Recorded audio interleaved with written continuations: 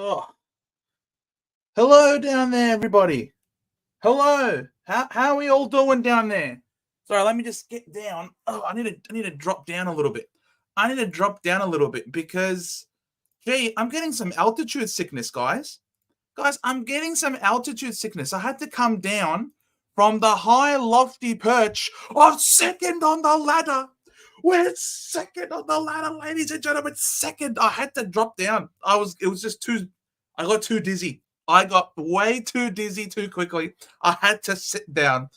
I had to, Big J, there is no way Jez was going to be a part of this. So Jez will be on in a second, but I just had to come in hot and come down from the clouds.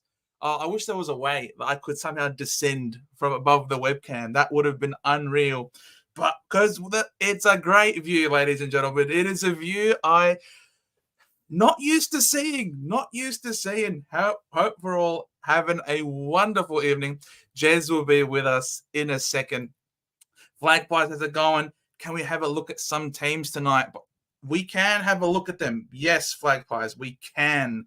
Absolutely. Good evening to you, Velo. Hope you're doing well. Cap and Flash, how's it going, mates? Shawnee, g'day to you. Zach's in. Freddie's Supercoach is in. Frankie's in. Bro, everyone is in, which is obviously awesome. These were effing hopeless. They were atrocious. They were very, very bad. Very bad. Harry's in as well. How's it going, Harry?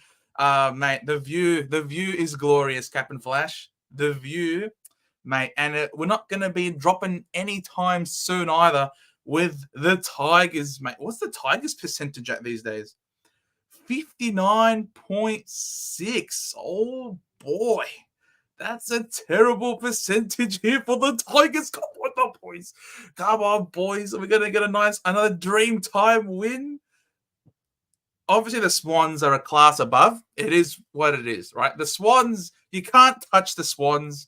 And this is probably the highest anyone else can possibly be. We're basically number one.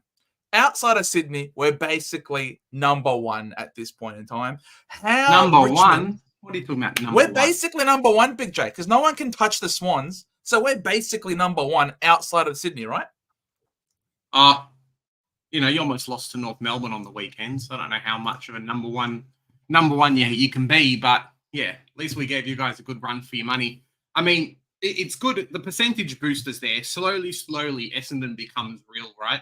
You look at the club, you look at the team. Yeah, the players are getting better, positions are getting better, but that average was always killer. Now, North Melbourne win has put you over 100%. So you've won games with more points than you've lost at this point, which is probably good. Yes. That's a good thing. It is a very, very good thing. 100%. I mean, it gave us a run for our money and we still ran away with a 40-point win. It was essentially one quarter of good football and then we put the queue up in the rack, essentially. Can you believe it? Harry Jones was suspended for a game for his tackle on Zach Fisher. That's unbelievable. Kind of just like head. You just got to be careful of the head, really. The tackle itself, I think, was okay, but the fact that his head bounced off the floor really kind of hurt his chances of not being suspended, if that makes sense. Fair enough. A crazy one, but what can you do? Sometimes? Second and out in straight sets. Velo, mate. If we finish top four, that is incredible. Anyway, if we finish top four from here on out, it means we're beating really good opposition. That's a successful season to me. All right, even if we go out in straight sets. But if we finish top four, no one in their wildest dreams would have possibly imagined Essendon being anywhere near the top four. So that's a success for sure. Yeah, no, I 100% agree. Unbranded is in. Since when do you guys do fan cams? Bro, we did it last year, and we didn't get an incredible reception to those. Not too many people jumped on, but every time we've been doing a stream, people have been asking, "Oi, when's fan cams coming back?" And so, we're giving people the opportunity today to come in and do a bit of fan cams with us today. If you've got a camera, if you've got and you're happy to come on, you want to talk to us about your team, how they went on the weekend, then yeah, this is just going to be a nice, footy talk here with you guys. We just try and keep it to reasonable amount of time, and obviously no swearing or anything like that if you can avoid it. So maybe if you're a North Melbourne supporter, I'll let the first F-bomb come through, but that's pretty bad it. Yeah, exactly. Causa, man, it sucks that you couldn't sit next to us, Causa, but it was absolutely so good to see you. 100%. Really, really Hopefully good, you man. survived without seeing all the Bombers fans around. Maybe you found a spot that wasn't so stuck with the opposition on the weekend. Yeah, for sure. As you should be, Shaz. As you should be. We will be putting you on very shortly. You are always the first one in each of these fan camps. We will 100% be having you on. I mean, it's Shannon. Shannon's got something to talk about too, because bloody hell, the Eagles were on fire. I'm hopefully not going to steal any of his thunder, but mate, Eagles did very, very well on the weekend. Oh, mate, 100%. Oh, Cheese! Cheese, you superstar. Love you, Cheese. Hope you're doing well, mate. No worries. If I don't get the team review tonight, I'll cry for 49 minutes and 22 seconds straight. See how much fluid have you got in those eyes of yours, Cheese? Mate, the Bombers haven't made you cry enough over the years. You're too happy of a guy, Cheese. Thanks so much again for the dono, brother. You're an absolute legend. Causa, North, the only team to get goal in every quarter this season, in every game. That's consistent. Yeah, I saw that stat come out, and it's really interesting. I think there's a few people who I guess were pretty surprised about that. So yeah, very, very happy as a North fan. But problem with North Melbourne is you've got to do it for a full quarter at least at a minimum, but then a full game is probably the best thing. So yeah, absolutely, Jake Waterboy, bro. Jake Waterboy, Jonas. It was good to see you on the weekend as well. He has come out of nowhere. Jake Waterman, obviously Harley Reid's kind of not gone under the radar. There's a lot of talk about how good Harley Reid is, but mate, Jake Waterman, I tell you what, Joe, this guy is the coming of Wayne Carey. Something's going on with him, and yes, he has been very, very, very good. He's equal. He's equal for the Colbert, and he's played less games. Yep, he has kicked like 5 goals a game for the last like 6 games. It's been ridiculous how good. Like West Coast had no one, right? But for some reason they tag, Darling gets tagged, everyone else gets tagged. Jake Waterman's just sitting there going bang, bang, bang, thanks, see you later. Even in Supercoach, this guy's like 3-round average is bonkers. Yeah, for sure. Oh, man. Travis, thank you so much, Travis. You're a legend. You don't need to have a Discord. No, there is just a link that you just got to click. And it is essentially a link that... 3-round average of 116 and 5-round average of 126. Now, if you had jumped on Jake Waterman ages ago, mate, you'd be very happy. Trav, if you haven't already, have a look at the description of the link. So the description of the video for today, the StreamYard link's in there, so you can jump on and say hello. You would like to? Yeah, 100%. Would love to get you guys on for sure. Cheese. Look at LDU flying since I've traded him out. Makes me sick to look at him. I can't even type his name out without being hysterical. Yeah, it's pretty funny. There's a few players like that. Rowan Marshall for Joe, and players like Tim English, who I've actually brought into my team. Been spudding it up, Joe. It's not been fun as an owner to watch, and yeah, it's pretty painful. Yeah, no, I totally got it. Well, it's good to see Big J got a smile, mate. We're all smiles on a Monday night. All smiles. Aussie, how we going, boys? Up the Dons. Let's keep this up.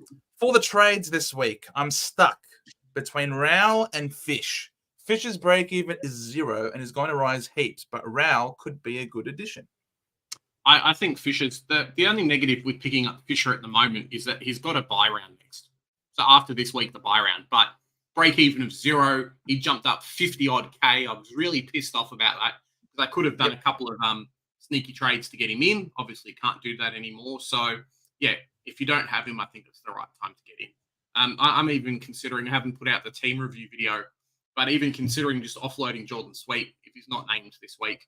I think Vicentini's done quite well. And Soldo's back in 1 to 2. Sweet has two rounds of potential cash gen. So us, people like yourself, Joe, traded out Grundy to get Sweet in, or Rowan Marshall to get Sweet in. It's kind of not worked out that well. No, we've been shafted. We've been bamboozled and deceived, but it doesn't matter. We're not going to complain about that. We've complained enough. It's all about looking forward to the future today. G'day, Jen. How's it going? Aussie Rousing scoring great. Fisher's role is good. Yes, it's true.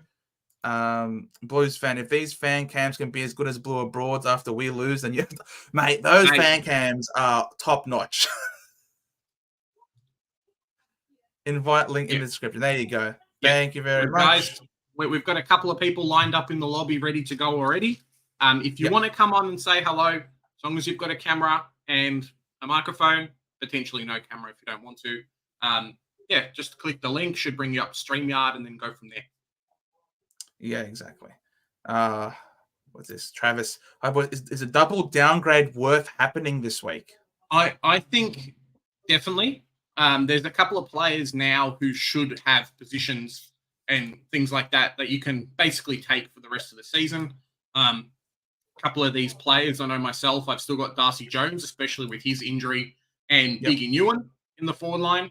If you can, bring in a couple of rookies who are going to play throughout all the buys, and then you've got those two, it really depends if you've got a Zach Fisher or someone already, because you don't want to pick up these players and then they come out and, a 50, 60, 80, 100K more expensive next week.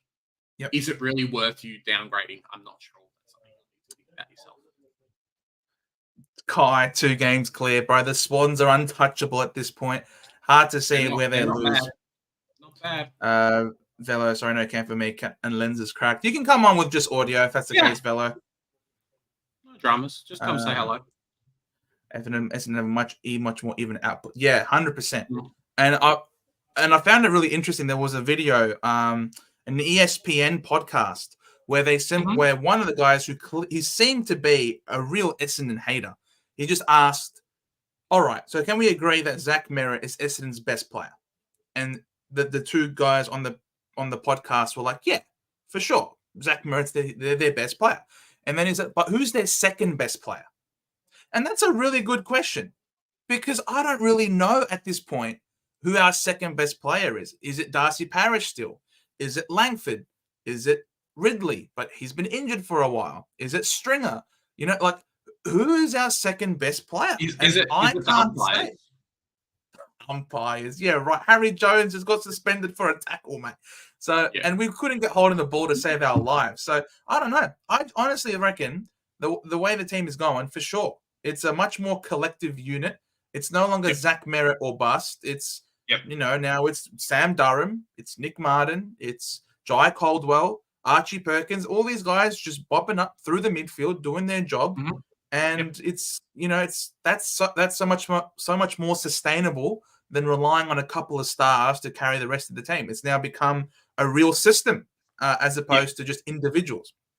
Yeah, and if you look at I was looking at the stats for the weekend. Obviously, North Melbourne's a bit of a, his take at the moment. But if you look at some of the stats, like Guelphy kicked 3, Peter Wright kicked 4, but then there was a healthy kind of separation between the rest of the midfielders, plus a few of the forwards as well. And I think that's the thing that a lot of clubs don't have, and the good clubs do really well, is that their midfielders scoring, but even some players who, maybe weren't as threatening as other players were. Like Jake Stringer only had the 2, for example. Langford on the weekend only kicked 1, and you guys still scored over 106 points. Like, there's a lot of players in there who are doing well. It's kind of multi-threat. Yeah, exactly. Yeah, even Mackay coming in and playing a massive role. Like, if we had BZT instead of Mackay, you never know. You could have seen Larky kick another bag on us. He tends to kick a bag. Amazing. So yeah, it's it's definitely been a massive improvement across the board. Would you consider Rowan Marshall a cash cow now with a break even of 7? Why not? Why not? Just make it happen. Bloody Rowan. Get in him the in bin, team. Marshall. Yeah. You know who's Come been on, fantastic is Jordan Sweet, not Jordan Sweet. Lloyd Meek. Lloyd Meek's been bloody fantastic. And if you had jumped on him at 350k, like I probably should have, you'd be very, very happy. So. Yeah, for sure. Cheese, 20 years of pain from Bombers fills you up with fluid. Lots of fluids, mate. You know what? Josh, good day, lads. There wasn't a double grounding this week. Talking about 100%. Those are the only two that you would be downgrading to. I've seen a pretty good argument as well to jump on Breville if you don't have him. I don't think the player's too. I almost typed in Breville, realizing that his name's not actually Breville. Like he's only 160k, and the guy's got what, a break even of -39. Sorry, -35. So we've spoken a little bit about Dempsey and players like that who potentially can make a bit of money. I think Breville could be in a similar boat as well. Do Brisbane have round 12 bye, or do they have round 15 bye? No, okay, round 12. So maybe that's something that's going to hurt you a little bit, but after that, he's going to make you a lot of money afterwards and be a forward that you can keep. So, yeah, something to think about. Also, I'd almost have him over Sullivan, but also thoughts on Neil. I don't mind. Neil is, There's a lot of these guys, like Jack Steele is someone who I'm looking to offload, Sam Walsh as well, potentially even Tom Green. So there's a lot of these guys who I think post-buy, especially from round 12, could be very juicy. And a Neil and a Dunkley, depending on price, it's definitely there. Yeah. This might be a good chance to bring on our first guest, right? Because talking about an Eagles fan. Guys, link in the description, yeah? We've got a couple of people in the chat ready to go. We'd love to have you on. You know, cameras preferred, but if you've just got a microphone, make it happen. So, yeah, no dramas.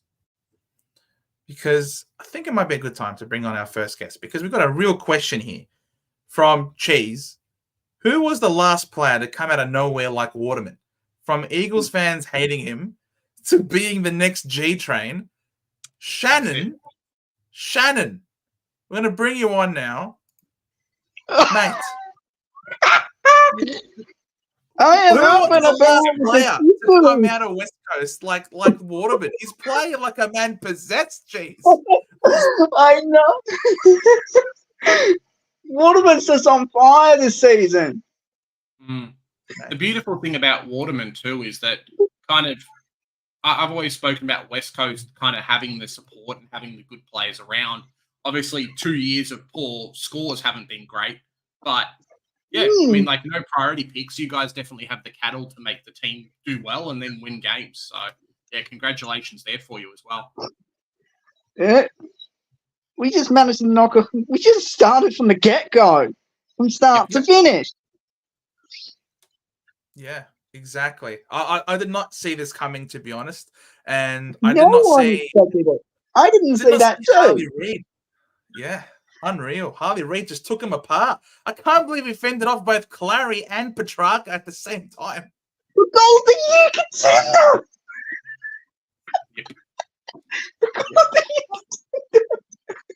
Shannon, I don't know. You seem just a little bit happy at the moment, man. Like, honestly, tell us how you really feel about your boys. Mate, I can't. Shannon, do you live in Melbourne or are you a Perth person? Sort of an SA person. Okay, cool.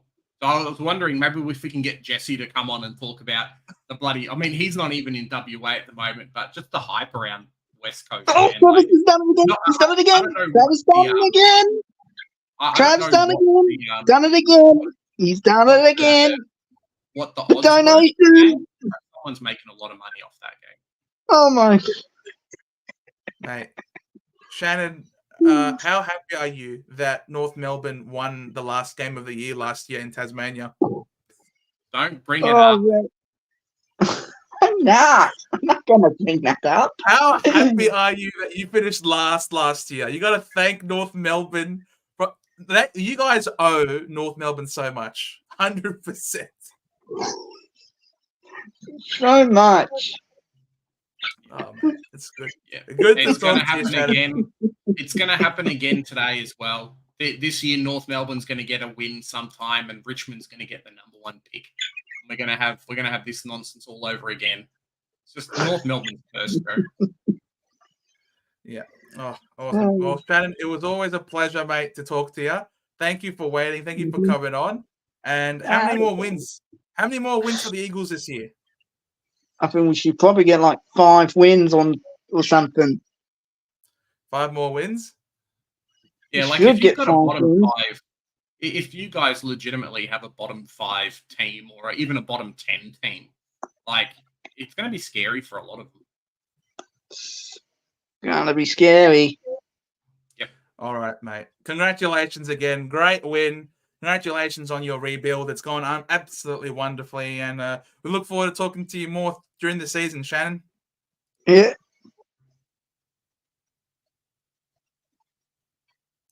Cool. All right. I think you just stopped talking there, Shannon. I don't know what happened there.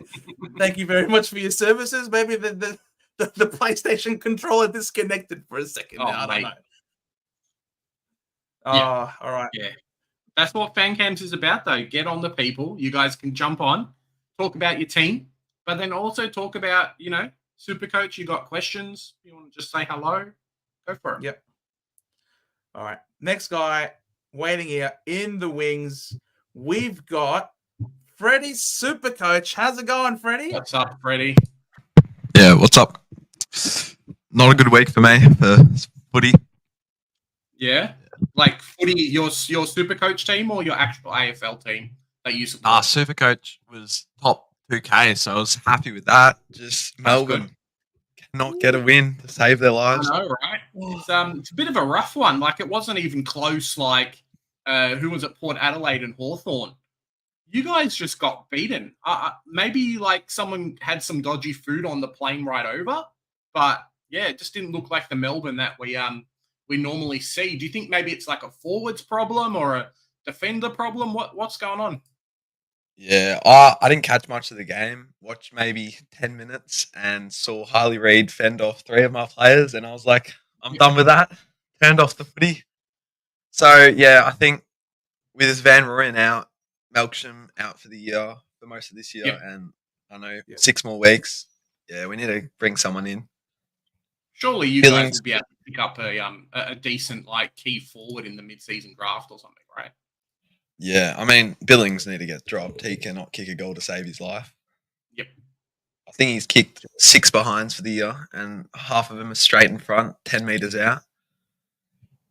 Just shocking. Billings is a fraud. Billings is a fraud, isn't he? Yeah. I was really excited. Really excited when we brought him over. Great field kick, but just gets scared at the goals. Jeez, I mean, Van Rooyen being out is a massive out. Yeah. I mean, did Petrarca play forward or midfield?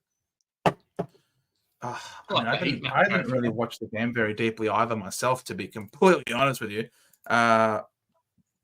Obviously, we had our own game. If I look at the CBAs, Petrarca, he had 63% of the CBA. So he's definitely played a lot more midfield than he did the week before, that's for sure. Yeah, just he's such a presence up forward, but he's our best midfielder. So you need to find that right split for him.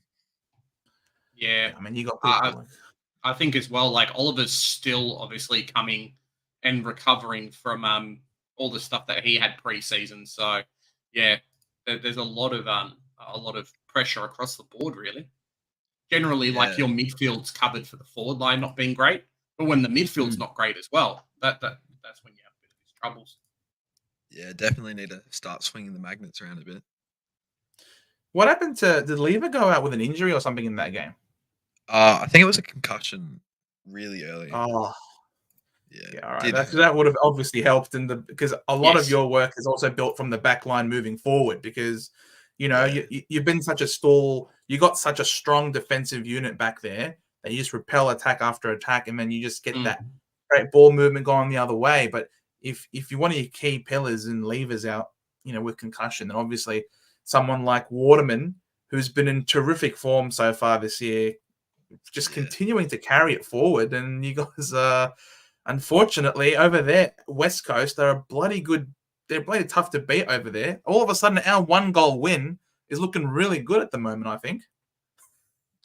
Yeah, definitely. I mean, Collingwood got it done by 90 or something like that. Couple weeks ago. So yeah, a bit annoying that couldn't at least keep it close. But yeah, they're a great club now. I mean, a lot better than last year. So not too disappointed. Oh, they got Harley Reid now. Yeah, he's just a freak. So gutted I traded him to track.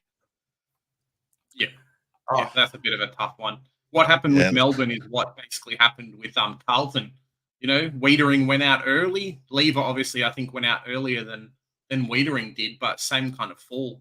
Just unlucky that Lever had a knock with who am I thinking? With Jack Darling, and Jack Darling comes out and kicks three throughout the game. So yeah, and it when didn't help that it was like 15 inside 50s to 3 1 quarter. No, definitely true. Yeah. You guys got just torched, killed everywhere. Oh yeah, 100%. And it's of course Jonas coming in. Maybe Melbourne could do after with a James Jordan type of player who can do a job. Yeah, definitely need some more midfielders to help strengthen when Petrarca goes up forward.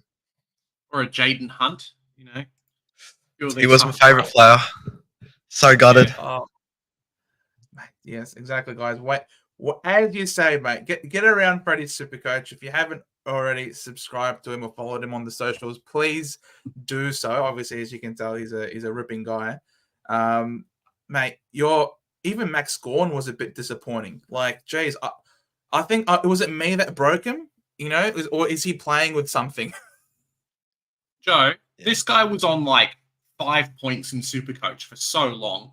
I felt so bad that you had brought him in, given like Jackson and all the other problems, mate. You were very, very lucky.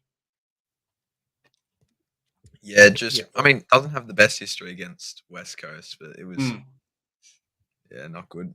I mean, Meek in my ruck doing wonders for the 6 weeks now that I've brought him in for. Yep. Should have gone on passionate.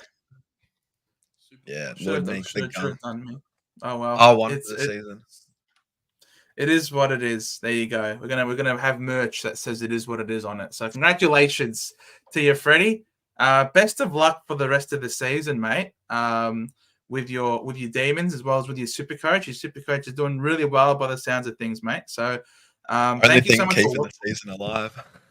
It's keeping the season alive, mate. Now, thank you so much for watching our stuff as well. It's been awesome, and for coming on and having a little chat with us. I really appreciate it, man. Yeah, thanks so much. No worries, brother. We'll see you in the next one. Thanks, Freddie. Boom. Mate, so good. So good. Love the interactions going on through here, mate. It's so yes, if you want to join, there is the link in the description of the video here, of the live stream. If you want to come on, you just click the link. It'll bring you here to the waiting room and we can have a little chat. About 5 or so minutes, as you can see. Keep it moving. Get the next person on so that everyone has a chance to be heard and can have their little word. Let's just sort of go through, catch up a little bit with some of these comments before we bring our next based questions in here too. Which is good. Yeah, so I'll let you go. You can go ahead and answer him before we get our next guy on. Yeah. Where are we up to? Cheese is saying here, Reid looks like such an exciting player, 100%. It's crazy, right? Like, we've just traded him out, but I think he's just made his break even and now he's actually going to go up in price. No, he's talking about Harley Reid. He's talking about Harley Reid. He's saying he will look good in the red and black next year. Oh, okay. My bad. I love it, jeez. I love it. I wish. Yeah, Harley Reid's fantastic. We sell the farm to get him in. Mate, it's tricky, Blues fan. This comment has gone through George's Discord like no one's business. Every time I say something, it's like, oh, let's pull up the video. I tell you what. It's tough, right? If McKercher ends up playing the same amount of games in the first season as Harley Reid, I think there's an argument.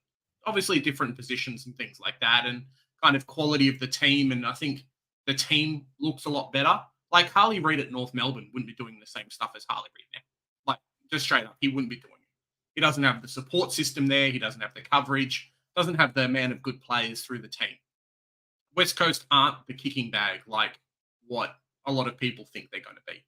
In saying that, Harley Reid's fantastic, and I think he's one of those players who will end up being almost primo price next year. So it's pretty crazy. Like from first year to now primo, it's bloody amazing. Yeah, it's true. That's very true. I know here Sportsnut was saying, "How are Sportsnut, mate? Your team, you really took it up. You really took it up to Port, but unfortunately, that was a coaching disaster. That last quarter, that was a coach. I've never seen a choke job that hard, all done by the coach. Unreal. Sam Mitchell. It couldn't have happened to a nicer bloke. Stuff you, Sam Mitchell." Joe, I got first thoughts on Houston versus Martin. Buys aren't an issue for either. It's a good question. I really like Houston. I think Houston is one of those players. Like Nick Martin, I think will always be around the 100 mark. But this weekend was another indication of just how good Houston was. Like, where did this goal kicking come from? He's never kicked 3 goals in his life, and now he just comes out and does that. So, yeah, when times get tough and Port have to win, Houston's that kind of player. And the beautiful thing about Houston is he rarely has as many fumbles as what Nick Martin does. Like, Nick Martin came out and cool, he scored 100 against North Melbourne, but it was probably one of the few games he actually went at 80%. Like every week there's something he kicks out on the full, does all these different things. Really feels like Houston doesn't do that. And Houston's still a bit of a pod. So maybe get both if you can. If I could only choose one, I think Houston would be that guy. I think he's stepped up a little bit as well with Rosie not being in the team.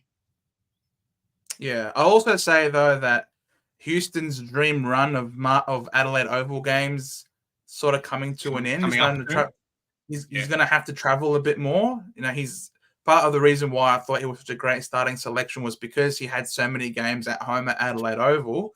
Now that run's coming to a close now. He's going to have to start moving away. So, but Houston does have a wonderful bye, that round 13 bye. So, look, Houston, I think, is a safe bet. West Coast Eagles rule. Ciao from Bali, gents, and go you mighty Eagles. You were gorned. Yeah, I was gorned. But congratulations. Hope you're having a wonderful time in Bali, man. Bloody good win on the weekend too. So good. G Money, hey lads, man tossed a coin on who to get rid of, Reid or Fife, and got rid of the wrong one. Yeah, it's a tricky one, man. Like, Reid had all the indicators of cool. He's not going to do what he's going to do, but he has. So, yeah, it's tough. And he's going to make more money for everybody as well. Harley Reid, $500K in a couple of weeks. It's not fun. 59 break even this week. He's versus Adelaide. He's not playing at home. Maybe that's a bit of a factor, but 443K, we've at least all made our money from it. Exactly. I know some people that traded him very early alongside like a Wilson and a Sam Darcy, and it obviously hasn't worked out. Yeah. I should stop watching GWS. Whitfield scored well the one game I didn't watch. Well, Whitfield will continue to score well because there's no Ash. Ash is out for, I think, 6 or so weeks. So and no Ash. Yeah, no James Jordan, exactly. So in games where he's not playing against the Swans, Whitfield should score well. He's not going to get, if he's not getting tagged, and he's going to be the prime distributor of halfback. So we've got a good one. Harry. Just expect those games. He's going to have games where he drops 50s. So just expect that to come. Really, that's probably the big thing. Yeah, that's fine, Jackson. You can pick Houston in before Martin. That's perfectly fine. You can get Martin a bit later. Cap and Flash, I'm thinking only one downgrade for this week. Blake Howes down to Joe Richards. Do you think it's worth bringing in Sexton, or will he get kicked out again? Also, thoughts on Fraser. Look, I think Sexton's going to be fine. Do you want to pull up Joel Fraser, Joe? Just while we talk about Sexton. I think Sexton's fine for the next what, 3 or 4 weeks, depending on how long Powell has left out. He's obviously come straight in and playing the Powell type role. We saw preseason that that's what was going to happen. So 100%, Sexton's fine for right now. Still fairly cheap, and I know a few people are actually looking at bringing him in. So yeah, something to look at a little bit there. I don't think he's going to come out and score like hundreds, but potentially he could. He did it in preseason as well without Powell in the team. And, you know, they'll run the ball through him if Powell's not there. So when Powell's back, probably not. But by the time he's back, you know, he's made enough money. Joe's looking at Frazier right now. And yeah, from all reports, the guy's basically playing halfback wing, which is what we can see from the things here. And Joe Hannison is not in anymore. He's come out with an injury. So job security, the only thing that's stopping him is Bevo at this point. He should play for a while in our forward lines and, yeah, could be a decent option for a few people. Exactly. Now, the thing is, the scoring's not fantastic, but that's okay. But here's another thing. Here's another thing to think about, right? So, Mitch Cleary announces, breaking, great news for the Western Bulldogs. Tom Liberatore has been cleared by specialists to resume playing. He's eyeing off an AFL return inside 3 weeks after 2 concussions this season. So what does that mean? It means Libba's going to come back potentially in 3 weeks. And if he does that, then he's playing midfield. Does Ed Richards stay midfield with Libba coming back? Or does he go to half-back? I definitely think there's still potential. I mean, they're still recovering from Dunkley. There's none of these other players there. So I'm not sure if it affects it as much as what people are thinking about. So a bit of a wait and see. But yeah, Ed Richards is too good. I'd like to think that Bevo can understand when a player is playing well, you don't take them out of a position. So if Ed Richards is dominating in that midfield and offering them something that they haven't had for a very long time, you know, they have to kind of show it, right? Well, someone's going to have to be moved out of the midfield mix then. Yeah, they'll find someone. Let's have a look at the CBAs. Who's been taking the CBAs? I think it has like a Garcia been taking some CBAs, maybe. So Treloar, Bond, Harvey Gallagher, maybe. Ed Richards. Yeah, Harvey Gallagher will definitely lose him. Yeah, for sure. Harvey Gallagher loses CBAs. It's actually quite interesting looking at that because if you have a look at it, there's not many people sharing midfield. Like it's basically the same 5 people. Something that I probably didn't think was the case at a lot of other clubs. More people do a lot of rotations. The Dogs seem to just bulk. Like, cool, everyone's getting 80%. This is our 5 players. That's it. Yeah, I mean, it's the same. Yeah, even the Suns have a very defined group of people as well. So that's fine. Legend, it's time to bring Merritt in. Brought him in last year against Richmond. Yeah, 100%. Yeah. It's meant to be. I forced it last week, and obviously going Merritt over Zorko cost me a lot, and then Merritt's more like cheaper this week. So yeah, it's a bit of a loss there. Hopefully he can go big.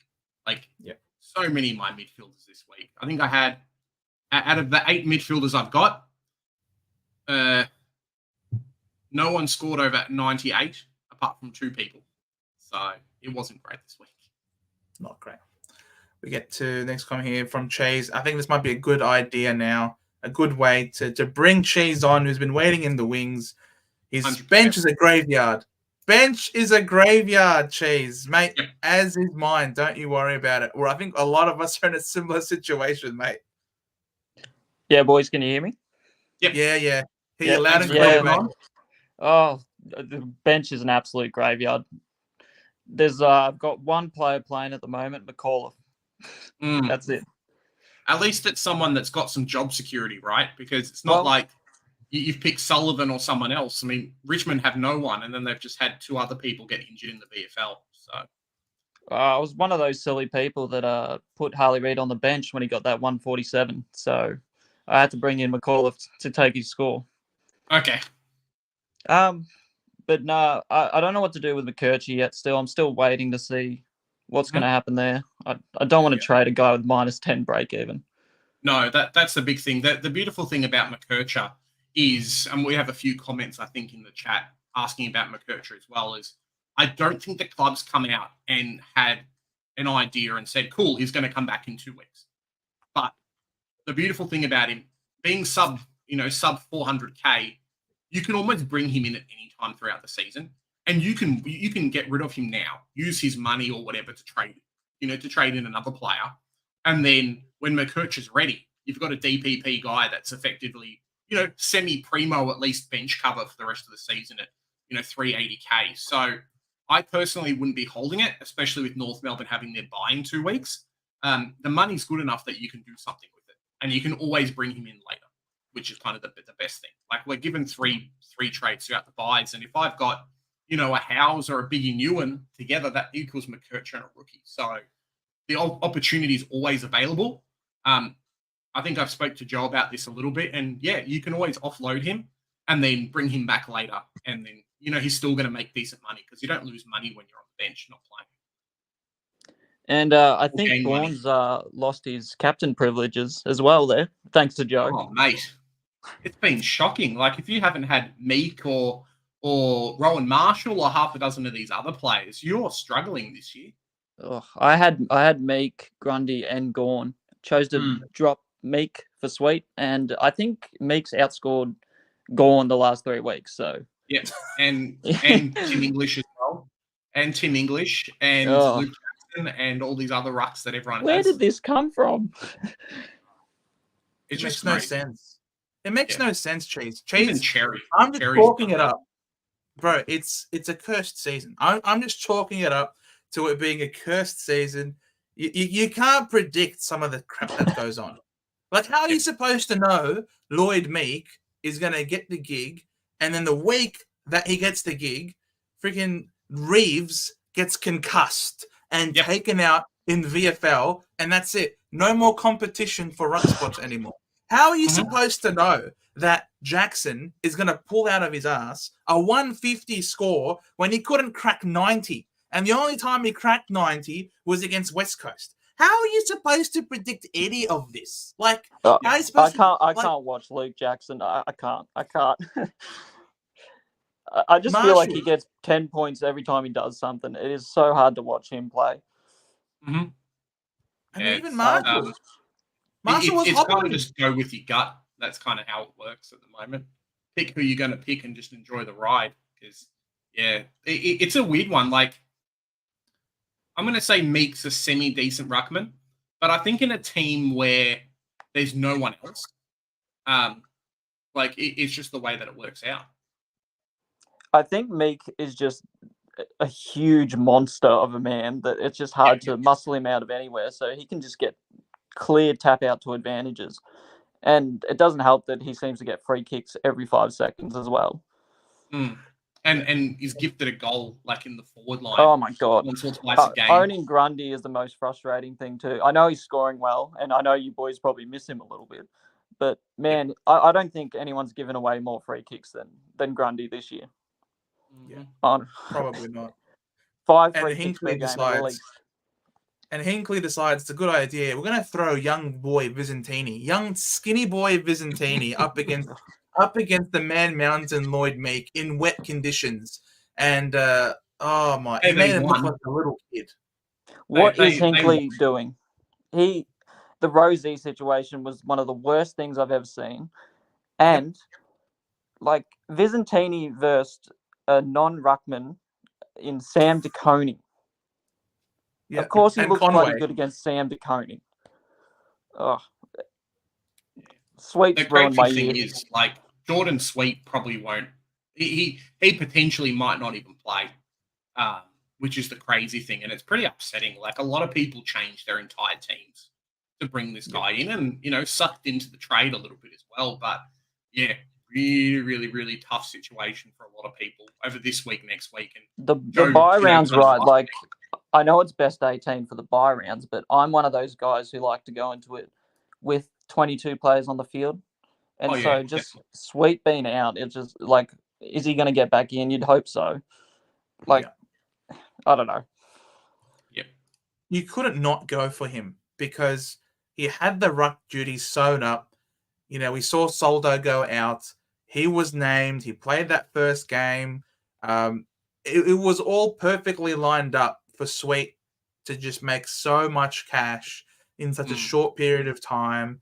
Plus, a lot of people's R2 wasn't really performing very well. Like Marshall had back-to-back shit games that time. You know, Grundy wasn't necessarily firing super high or super well. Meek wasn't being completely dominant either. He had made cash. So it just made sense to trade your R2 to field Lloyd Meek, to field Jordan Sweet, especially off the back of, if you've played this game recently, you'd know last year we had Briggs. The year before that, you had someone else. The year before that, you had Witts. Like every year, there's always been a cheap ruckman that ends up coming in and making us so much money. And it's like, oh, Jordan Sweet, he's the one again. But unfortunately, it just didn't play out. He copped the Rona, and we're all copping, and we've all copped it now as well. This bloody Rona really. Well, surely he gets back in, because I know Visentini's Supercoach score looks good, but Meek destroyed him. It wasn't even close. Yeah. The crazy thing is, like, Soldo's 2 weeks away, potentially, like 1 to 2 weeks. So does he come back? Does he have to play VFL? Imagine if we get one price rise out of Sweet, Vicentini plays 2 weeks, and then Soldo takes the position. Like, mate, it could definitely happen. Yeah, you don't know. You don't know with Hinkley at this point. I'm done with Hinkley. Yeah, exactly. Likewise, I might not start another outside of Butters. I might not have any more Port players moving forward. Like, honestly, and he killed us with Dylan Williams last year as well. Oh, don't even bring up Dylan Williams. Oh my god! Every year, Dan Houston, him and Luke Ryan, every year until they retire for me. Oh my god, Joe, Dan Houston. Oh my lord! Every time you see him. Every time you see him sit behind a player at the forward 50, you know he's getting it and he's bombing it. Oh yeah, it's good to happen when you own the guy. You broke our hearts last year. But hey, Hawks fans, anyone in the chat that's a Hawks fan, you know how me and Joe felt last year. Oh, we literally, I will never forget. I was watching the game with some cousins. It happened as soon as he marked it. I thought, him? Really? Him? He was the worst option. And it was Nick Martin, by the way, if you remember. Nick Martin, the one that kicked it out. Yep. And so as soon as he marked it, I'm like, him? And my cousins were like, why? Is he good? I'm like, good? He's going to sink this easily. And then he does. And we just looked at each other and hugged and cried. I haven't cried in a long time, but he made me cry as a grown man. Dan Houston made me cry. Oh, you just knew after that loss we were in a bit of trouble for that season. That was our best performance as well for the rest of the season. Like, we didn't put together a 4-quarter performance like we did in that game for the rest of the season onwards. I was so proud of the boys. They got away in that last quarter, and the rain was coming down. And then when Colders kicked that goal and put us in front, I'm just like, damn, the belief and the resilience in this group is next level. And I thought we made it. I thought we did a Hawthorn. I thought we were home, but we weren't home. The parish behind as well from about 35 minutes. I swore so much at Parish that night. Oh, man. He couldn't kick to save his life. But, that was pretty bad. But I think we're doing all right. I reckon, I don't know. Are we, that's it? We're playing finals this year, Cheese? Oh, I've been heartbroken so many years. I don't know. I'm going to say, like, surely we can't drop out from here. Surely. The question is, are we going to have a good matchup? Correct. I'd love us to finish 5th or 6th even. Doesn't have to be top 4, because I think we're not quite top 4 caliber. But if we can at least host an elimination final here at the G against an interstate team, for example, or even another Victorian team in the bottom 4, I reckon we can do it. Oh, the crowd will be insane. Yeah, correct. I reckon the crowd can roll us over the line. The crowd has been almost like an extra man on field for us.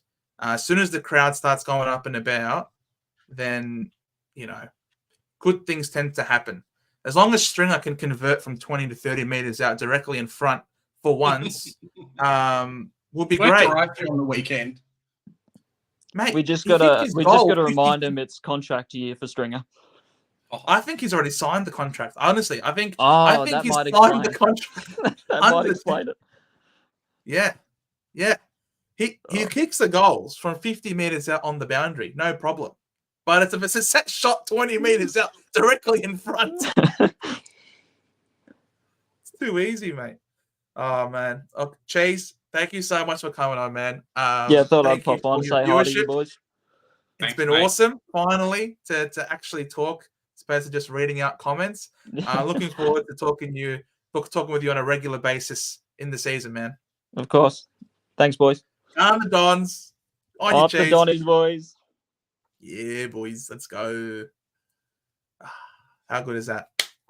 Mate, I love getting these fans on. And obviously, Velo's kind of, hey, Big J looks bored. Maybe I've always said to Joe, he's got to host an Essendon show on the channel, maybe Blue or Broad for Essendon fans, him and JD or whatever. But yeah, make it happen, Joe. Just tough hearing about how good your team is when you beat North Melbourne on the weekend. That's all. Mate, you guys obviously were sitting together. Well. You did very well. Your heat around the pressure, the turnovers, it was great. I definitely think that you outplayed us, especially in the midfield on the day. Absolutely. It was a very, very solid performance by you boys. Yeah. And that's one of the big things too, is that, North Melbourne have kind of been the butt of their jokes. And we had Shannon on before talking about all these players and, Harley Reid and whatnot. But North Melbourne, don't go past how much they showed on the weekend, because Essendon is now second on the ladder. And for a majority of the game, we were competing. Yes, that third quarter wasn't great. But going into the halftime break, we were only down by 7. We weren't converting that much in front of forward. And I think getting a good forward in is probably going to help quite a lot. But, some players like a Langford in any other week would have tore us a new one. He would have kicked like 7, would have been tough to watch. It'd be Brucey again from Good Friday from 5 years ago.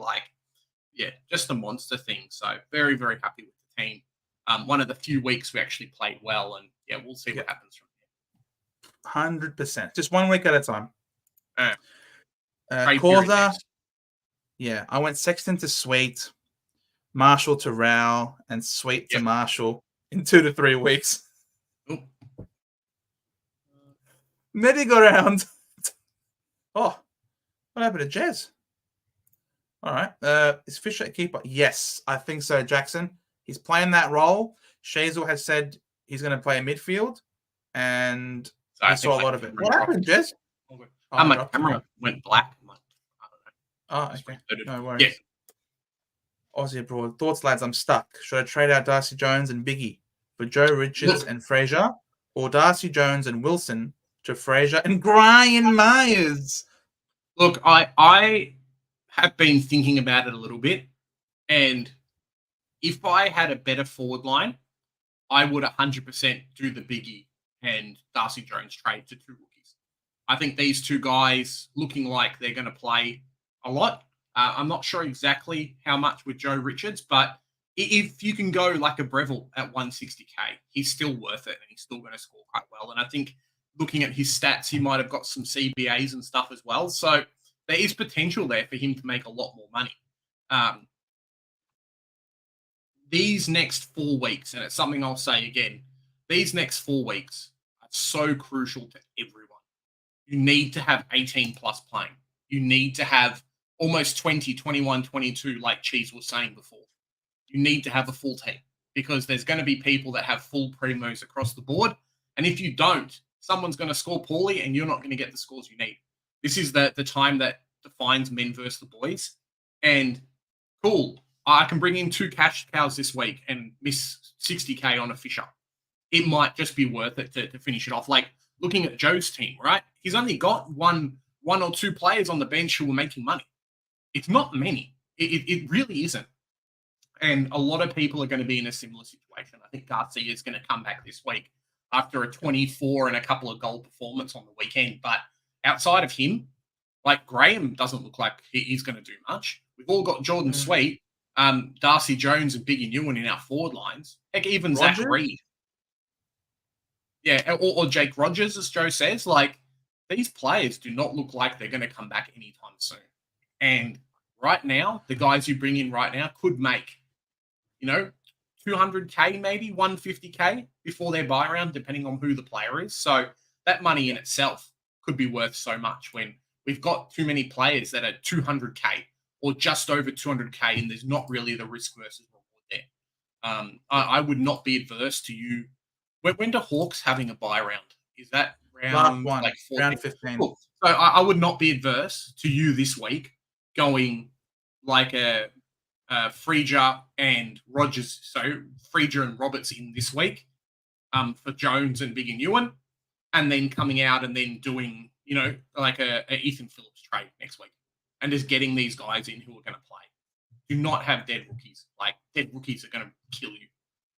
Legit. You're just going to be painful. Yep.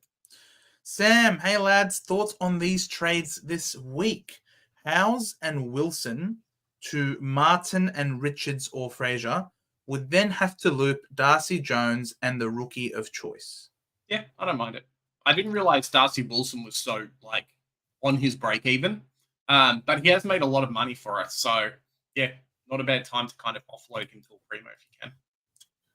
I prefer holding him personally because he's also got that Depends last what your buy. forward line looks like. Yeah, but he's got the last buy. He can be good coverage during the buys as long as he keeps scoring. The 70s every week. Round 12. No, Darcy Wilson. He plays the last buy. Okay, cool. That's easy. Yeah. G Money. Who is the rookie worth getting this week? Fraser, Richards. Not option 3, G Money. Not option 3. You sneaky boy. Tyler Fraser or Richards. I think Fraser just looks good. He's immature age. The biggest thing with Bevo is immature age.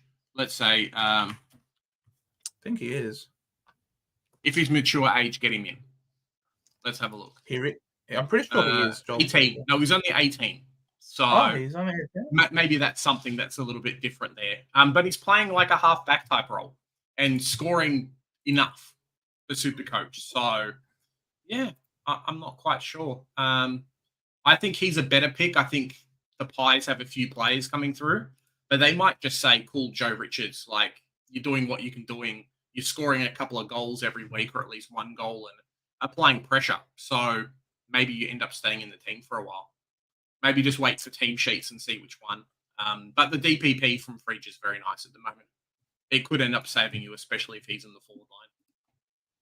Yeah, I'm not sure if Will Hoskin-Elliott got an injury or something. I think he did. I know, and I'm pretty sure. Oh, here we are. Let me just pull up the tweets. Hamstring. Yeah, let me just share the screen. So this is from Josh Gablick. Tom Mitchell has been ruled out until round 13 at the earliest. Low-grade hamstring strain. That is excellent. If you got Sullivan last week, that is impeccable. So Tom Mitchell is out. And then Will Hoskin-Elliott sidelined until King's birthday. So think with Will Hoskin-Elliott out, it's also big stonks for Richards. Plus, Richards also just looks really good.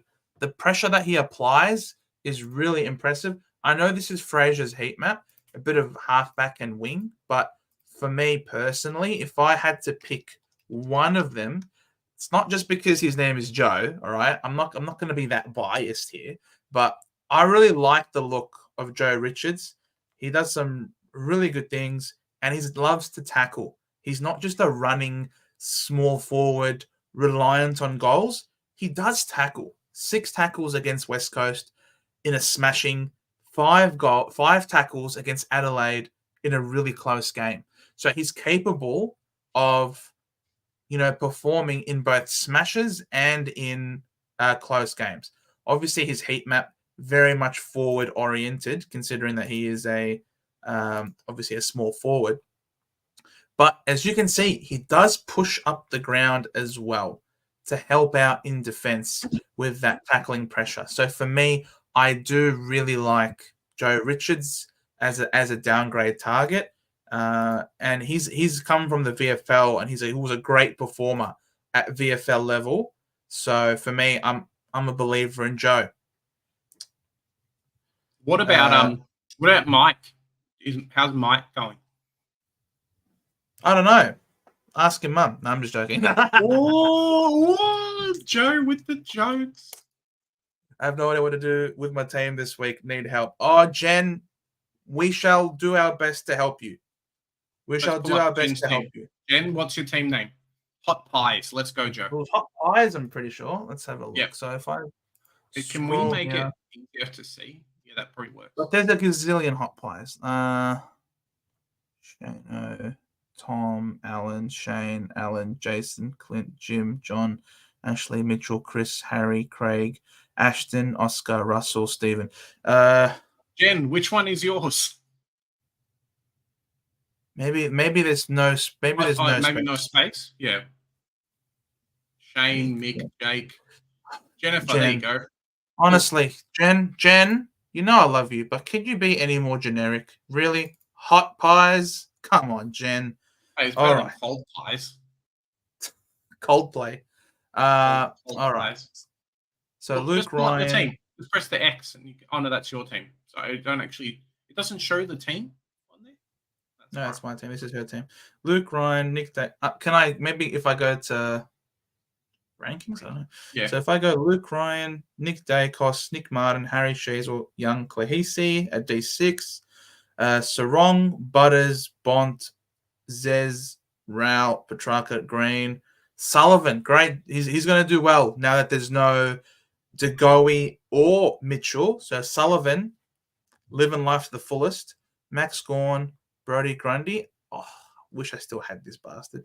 Flanders, Jackson, Darcy, Garcia. I think Garcia should be back this week. Darcy Jones is dead. He has to go. You've already got Joe Richard. Did you go early on Joe, Jen?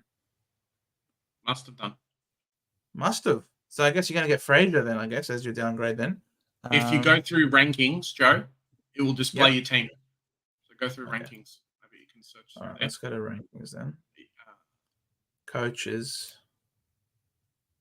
Can I not search? Search? No, there's no search button. We just have to go to like 42,000. Let's go. Oh, all right. Scrolling down to 42,000. Very well. Let's clear these filters then. Just for Jen.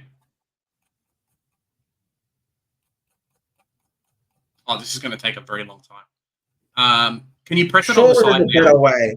Sure, there's a better way. Press it on the right hand side on the sidebar. Press it. Where? Like do Jen's team now on the rankings page. So go press Hot Pies now. This one. Yeah. There you go. Aha! That comes out with the pictures. Yeah. Very nice. I like it. Let's get us out of the way now. Better. Sorry, guys. Thanks, Kai. You got us fixed up. There you go. Kai's a ledge. We love Kai here. On you, Kai. If you haven't subbed to Kai, sub to Kai.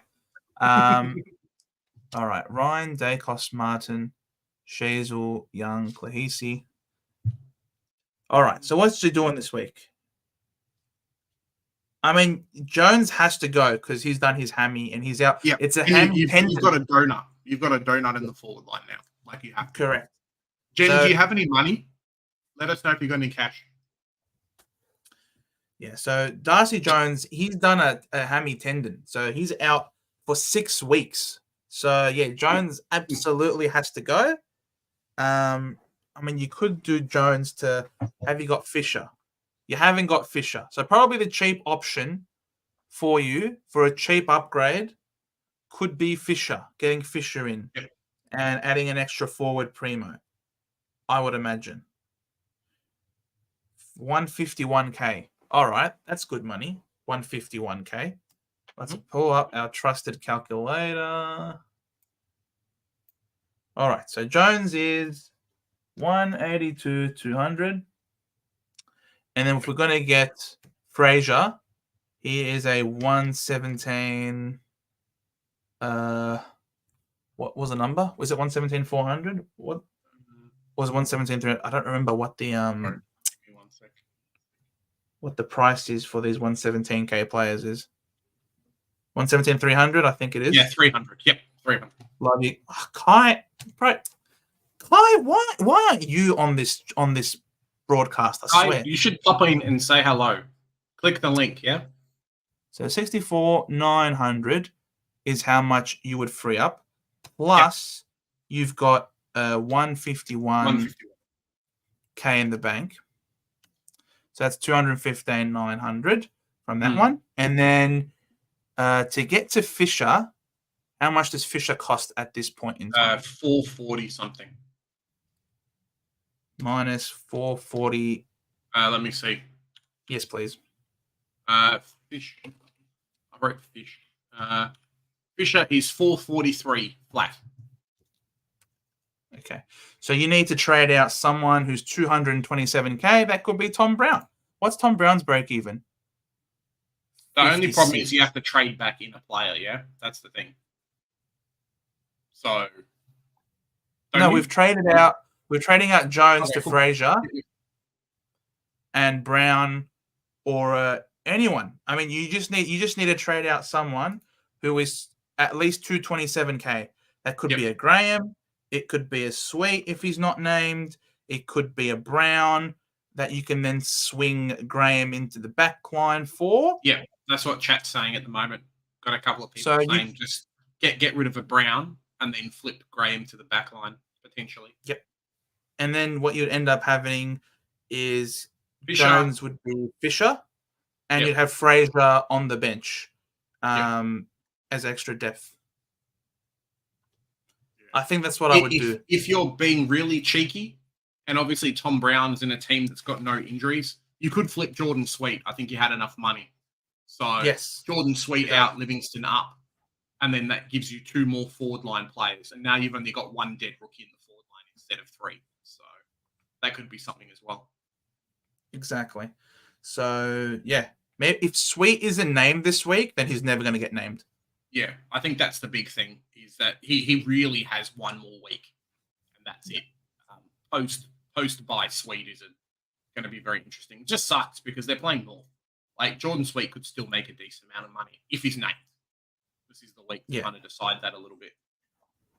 It's literally if Sweet is not named, then he literally will never be named. Is the problem. So yeah, have a look and see. Wait for team sheets. But yeah, you could just pull the trigger on Jordan Sweet, bring Livingston back here, and keep Tom Brown, who is probably has to play every week given all of the injuries at Richmond. So maybe Tom Brown's worth holding on to, and you just trade Sweet out anyway. Yeah. Is Graham going to be named? It's going to be hard for Graham to break into this Gold Coast team, which is in ripping hot form, right? Like when your team's going so well, you don't really want to mess up the apple cart, right? So, I think the Sun. He didn't have VFL last week either, so yeah. Exactly. He had no VFL, so hopefully it was just a rest. Because if it was just a rest, then Graham should be back this week because he should be well rested. But I don't know who gets kicked out of the team at Gold Coast when they smashed Geelong and scored their highest ever score. Like, how stiff would you have to be dropped from that team? I'm not sure Dimmer would do that. Guys, if you have any of your teams, I know some people in chat are asking to look, jump on. You guys can have a chat with us. So jump on the stream. Links in the description. We'll have a look at your team. You can run us through kind of what you're looking at, and then the players and stuff you want to bring in. Even Swizz might jump on if he wants to have a look at it and say, hey, guys, what do you want to do with my team? Link's just in the description of this video, yeah? So it's not too hard to find. Didn't watch Dogs in Richmond. Also fell asleep during the Judo vs Dogs game. Can anyone tell me if this Fraser or however you spell it looks good with the eye test? He does look good. I think he's good. It's more just about like how long does he keep this position of halfback, and with Johannesson being out for a while, it kind of cements it a little bit more. Yeah, for sure. Freddie. Freddie's back. How's it going, Freddie? You're muted, Freddie. Hello. There we go. We can hear you now. You got a team for us to have a look at, Freddie? Yeah. Yeah. So what's your team name? Slippery as butter. Split what? Slippery as butter. Oh, slippery. As butter. All right. How much money do you have? 49,700. 49,700, Joe. I remember. Pull up the calculator. And then 49. 18 trades and a boost. Yeah. Nice. You still got a boost, which is fantastic. What are those? What are those? Boosts? Looking at the team, I don't mind it. I think the team's really good. Obviously, you've got a couple of upgrades to go, and it really comes down to what you want to do this week. Do you want to bring in you've got Fisher already, so that works. Yep. Are you thinking that you want to put some more upgrades into the team, or are you kind of setting yourself up a little bit more for the buys? What's kind of your thoughts, Fred? Well, I was looking at Wilson's cash, seeing if I could go up to like a Houston or maybe a Merritt, someone like that. And then, so I traded Sheasel last week, so I still need 2 spots in my defense. So that's why Houston was one that's there. Yep. And then I was also looking at some potential like midfielders to fill it out because I had Oliver as like a M9. Yep. So looking at really wanting Sarong when he comes down, hopefully. Doesn't look like that so far. And Rao is the other one as of right now. Nice. Yeah. Rao's a bit of a tricky one because I know looking at your team at the moment, you've got quite a few round 14 players already. Like Petrarca, Oliver, Walsh. You don't want to add another Rao into there as well. So maybe post-buy Rao could be a thing for you, unless you've got enough kind of coverage everywhere else. The boost definitely helps because it means that some people in the chat are saying maybe get rid of a McKercher and a 5 and then someone else and grab 2 primos. It's definitely an option. I think probably Darcy Jones could be one of the biggest issues for you just in the team. Like, I hate dead rookies. And you know he's probably never going to come back. So maybe like a Darcy Jones. I'm thinking in my head, spend the boost this week. That's what I'm thinking for your team. Are you thinking that as well or not really? Yeah, because buys, you get 3 trades anyway. So yeah, exactly, right. So I guess kind of the idea is let's grab 2 primos if we can, right? Yeah. Yeah, okay. So how do we facilitate that with Cat? Like, you're lucky that Darcy Jones doesn't have to be the one you bring out this week. I wonder how much money do you have, just looking at your team now, how much money do you have if you go Closey, McKercher, and like a Nat 5 out? How much money do you have like in the team? Would that be a 2 down, 1 up, are we thinking? Or a 1 well, I'm hoping there's a couple of options. 2 down, 1. Like 2 up, 1 down. That's what I'm hoping. All right, so 49,700 in the bank, and then 379,400 for McKercher, and then 350, and then 320, 500 for Klahisi, and 5. Did you say? So that's 1,107,300, and if we're going to trade in someone, could be the 1 downgrade. Could be, for example, a Joe Richards. So I was more thinking -120. of Fraser, if you want to bring in a Fraser, because then you can get rid of Closey and just go straight to Fraser in the forward line. Sorry, in the midfield. Very well. So you minus 117. So then you'll have Yeah. 990k to work with. What can you do with that money? That's the big thing. Now, so ideally, we want two players that are. We want two players that are just under 500k, right?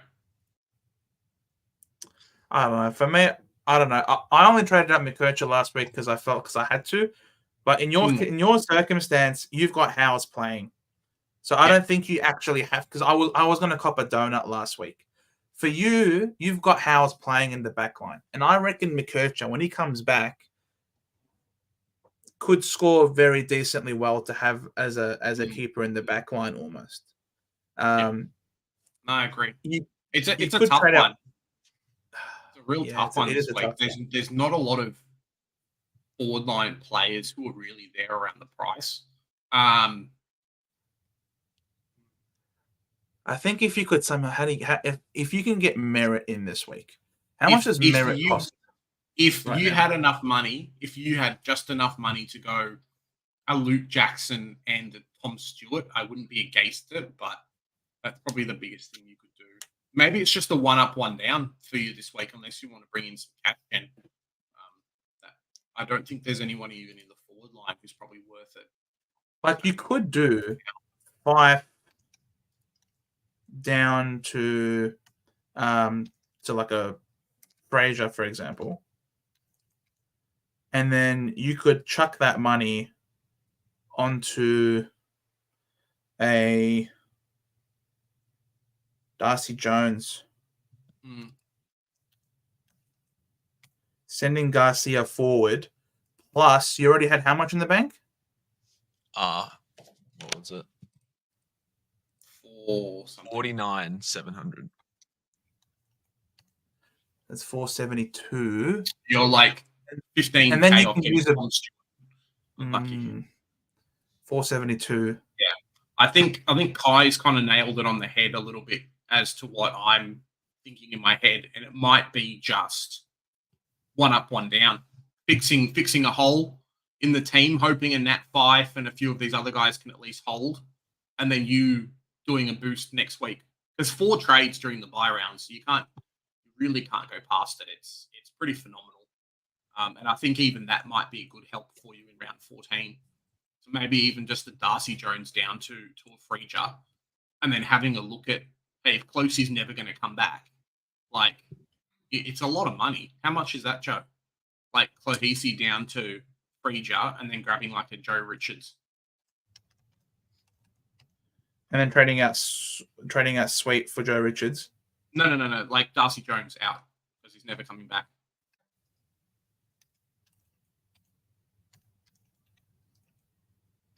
Yeah. So next week you've basically got a primo anywhere on the field at that point. So maybe that's an idea for you instead for this week. You can trade out Jordan Sweet if you want to go early on someone else. 100% get rid of him if he's not going to play this week. But yeah, you could get Merritt if you do Clohisi and Jones down to Fraser and Richards, and then Fife can become Zach Merritt this week if you think he's going to pop off against Richmond. Ready? Do you want to have a check and see if you can do it? Yeah, I think it should. And then you can get Merritt in. Now, how many players do you have in that buy then? So Merritt is round 14. You have obviously Marto. It's a lot. You'd have Martin plus 5 guys. Walsh. 4 guys in the midfield. 3, 4, 5. You only have 5. And Flanders. Possible.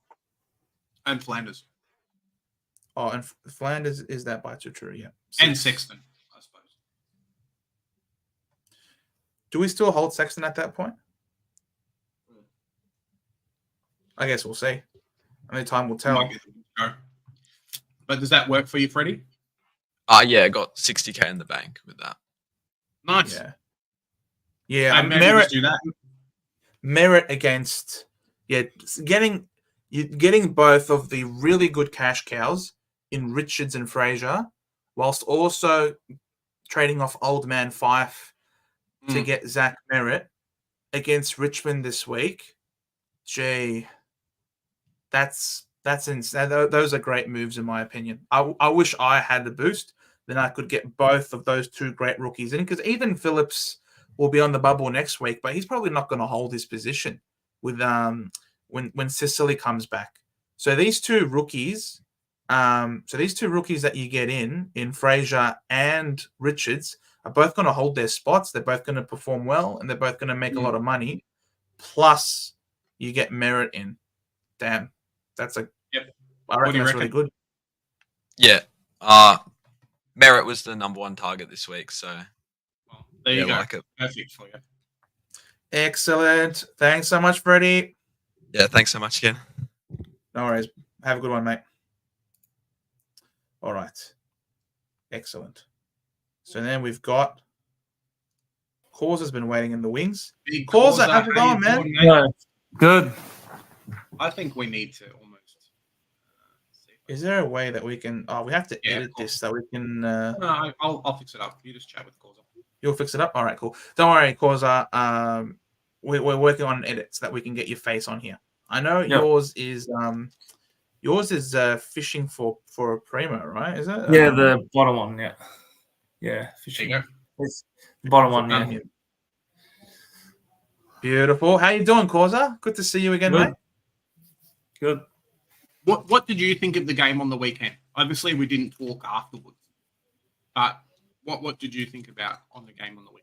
I thought it was good up until obviously the partway through the third quarter. Third quarter.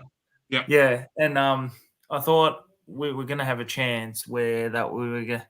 If we were under 10 points in the third quarter, I think we would have had a chance to maybe try and win. But the problem was when we were going a bit slow, and then sometimes there was like the extra handball, the extra kick. Yep. Yeah. It would always just go to the Essendon player. Yeah, and a few players probably not running as hard as they should be and things like that as well, maybe a little bit. Yep. All right. Checking out your team. What's your thoughts for the team at the moment? Well, with mine, it's a bit hard because obviously I need to know if Garcia's playing or not. Because obviously I have Garcia's playing. Let's pretend he's playing. So Garcia would be where Darcy Jones is. Yep. And I was thinking because I need another mid, I think, because obviously Flanders has to be in the forward line because I've only got 5 mids at the moment. And so I'm thinking it's Fife and potentially Wilson out. You already got Merritt.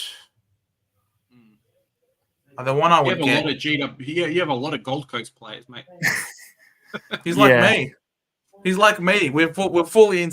In fact, I've also got Tuke Miller in addition to this, so I'm even more full on with the Gold Coast play. If there was a primo mid, that is not because if I go both, because if I go both of them out, and I get Fraser, I have 645 for a mid. 645. So you can afford Dawson, right? Yeah. I think Dawson has a pretty good run coming up if I remember correctly. Yeah, because I have 32K in the bank. He would be one. Him or Zorko potentially would be the picks for me, I think. Jeez, why? They've renamed the teams. Adelaide's no longer with an A; it's with a K now. I never knew Adelaide started with a K now. No, because that's Adelaide's. There. No, it's what Crows is in. No, what Adelaide is. It's what Adelaide is. I think it is. Look at this. So look at Dawson's run coming up now. So Dawson at home against the Eagles, then he's got. Yeah, but then I'll have him twice for the year. And then Richmond. I think these next 3 weeks are going to be huge for Dawson. Yeah. So I reckon you can get Dawson in. He's already got merit, which is amazing. Obviously, well done on having merit in your team. Yeah, I had him at Anzac Day match. That's when Yeah. I had got merit. So if I go Yeah. Wilson and Fife, so I'll move Flanders down. Yep. So Flanders will come here to your forward line. Then you'll have but then I'll have one. mids. Yeah, but then I'll have to play Frazier as the issue. Yeah, Frazier will still be okay. Yep. What's the Bulldogs? What's the Bulldogs run? Let's have a look at doggies. And so if I go Frazier, Darcy Wilson and Fife, I have 689. So what's the doggies run? Let's have a look at the doggies. Who do the doggies have? Awesome. All right, that'll be tough against the Swans, but his role is okay because he's playing at Marvel Stadium. Defense and wing. Marvel Stadium again. It's not too bad for wings. Marvel Stadium again. Oh, this is awesome. Look at this. Bro, how many games in a row at Marvel Stadium? And One, then on 2, 3, 4, 5. And then also, I think it's just after their bye, they have North. If he keeps his spot, they have North twice. Yeah. Bulldogs has North twice. Yeah, nah. You but should the ball's be okay never going to be in the doggies' backline. So yeah, and no Johannesson as well is huge. So I think I think fielding Frazier is okay. It's not like you're fielding a Cadman, for example. You know what I mean? You're fielding a defender, a half backer. So it shouldn't be a problem if you're fielding him there. And you get Darcy Jones off the field. How do you get Darcy Jones off the field? Well, if Garcia is playing. Right. Okay. Causa, why do you still have Chris Burgess, mate? No, the problem was at the time. No, the time. Why is Chris Burgess in your team? No, the I problem don't understand. is because it was either him or Sexton I was trading for Sweet. Bro, why? What? That was that round. And I traded Sexton over him. You need to watch more centre bounce content, Causa. Tell you what. They're getting rid of no Sexton. Yeah. Unlucky. Yeah. You are a bit light in the mids, Causa. This so far to this point. But the beautiful thing is, like, there's unfortunately you've already got Green, but there's so many mids that are like cheaper at the moment. Not hurting yourself too much. Yeah, that's my issue. Trying to like get back. all the Melbourne players are cheap. Jordan Dawson's $600K. Like there's still a fair amount of opportunities there. Even like a Dunkley at $629 is not terrible. Yeah. But I may need value ones, I think, to finish this. That's fair. You can do it. There's still guys 500K. With 15 trades. It all depends on the cash gem. That's the biggest thing. And for the guys that the cash gems, the value has been like mine's been one of the worst. Because I've always had like obviously Jai Clark, I've had Chris Burgess and stuff like that, and then I haven't had the chance to get rid of Marty Hall and Garcia and like not Garcia, like Jake Rogers and stuff as well. Kind of hurts a bit. Yeah, but I mean, I kept paying up too much, I think, at one stage, where I could have had Steele cheaper. I could have had Steele cheaper, Miller cheaper, but then I didn't have Jeremy Sharp, no Dempsey. So all that value has been killed. I agree. It should be all right. I mean, I think Rao is a really important player to have moving forward. Yep. I think his run's pretty good. And he's just a contested ball, and everything he does is contested in nature. He had a couple of lower weeks, but he's shown us again what he's capable of. And the team, I mean, having Marshall, stuff you, Rowan Marshall, bloody hell. He's my nemesis. I traded him out for Rao and Darcy Jones that week. It is what it is, mate. Yep. It is what it is.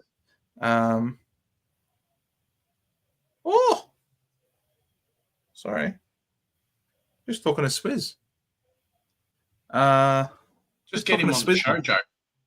That's exactly what we're talking about. That's exactly what we're talking about. So that's it. Right. Links in the description, guys. If you want to come on and have a chat about your team, check out the description of the video. It's just in there of the live. All right, you're gonna have to edit the layout again, mate. So that we can have 4 people on.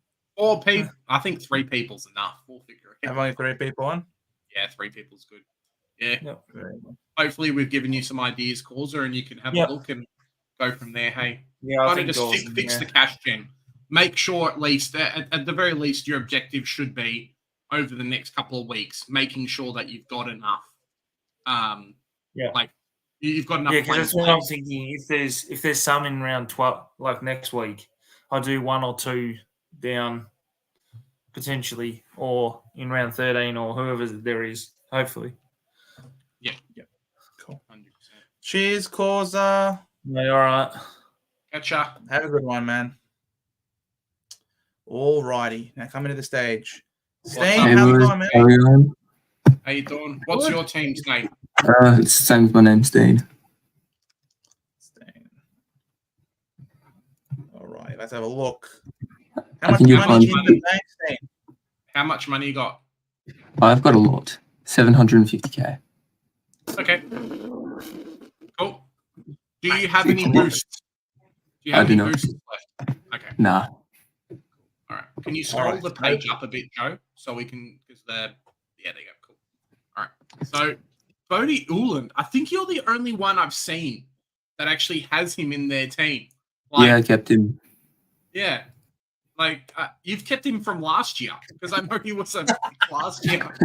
You kept him just in the whole way. Let me just check. So, all right.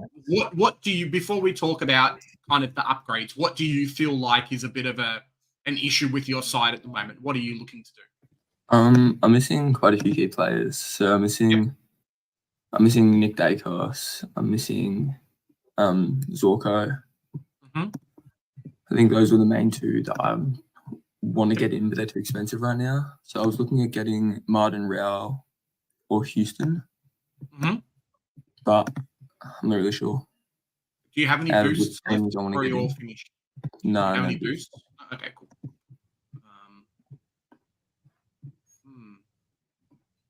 I don't mind the team. It does feel like a little bit, you can probably understand that there's a few players who, like, you've kept a little bit longer than some other people have traded. I've noticed that. But yeah, otherwise the team's okay. It's not terrible. Correct. It's just kind of developing a little bit. How many trades do you have? I have 17. Okay, cool.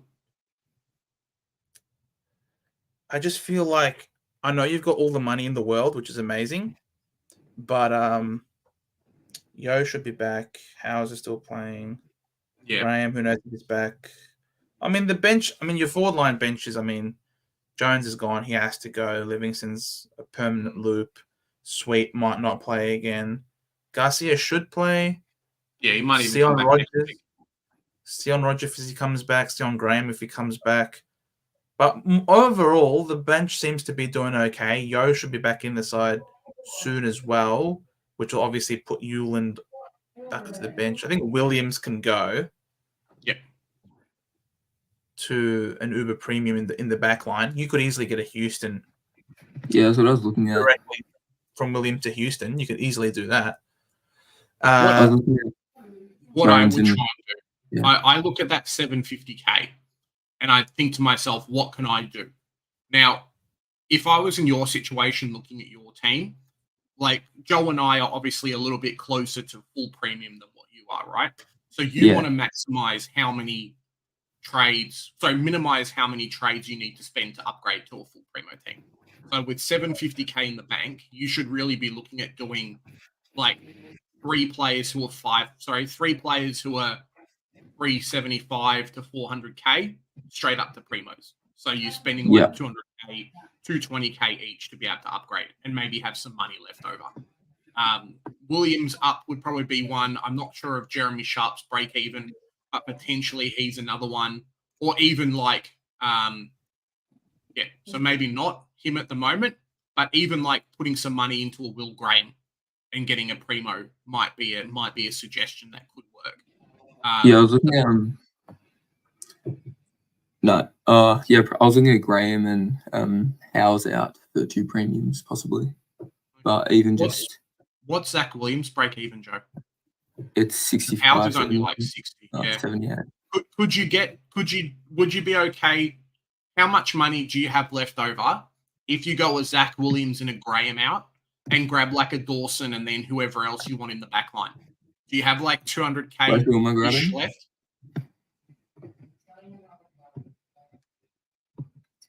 Dan Houston in the back line? Yeah, if you want to grab Houston, that's fine. And I still have 870K left. 870K. Then you can trade out Darcy Jones as well. No, but I mean, swing Darcy forward. If you go Graham out and a Williams out, can you grab like a Dawson and like a Dan Houston? How much money do you have left with those two? So I need to find Dawson real quick. So you don't have Merritt. So you could also trade in Merritt otherwise. Yeah, Merritt might be pick up this week as well.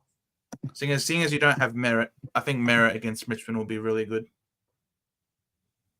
I was looking at Rao instead of Dawson, but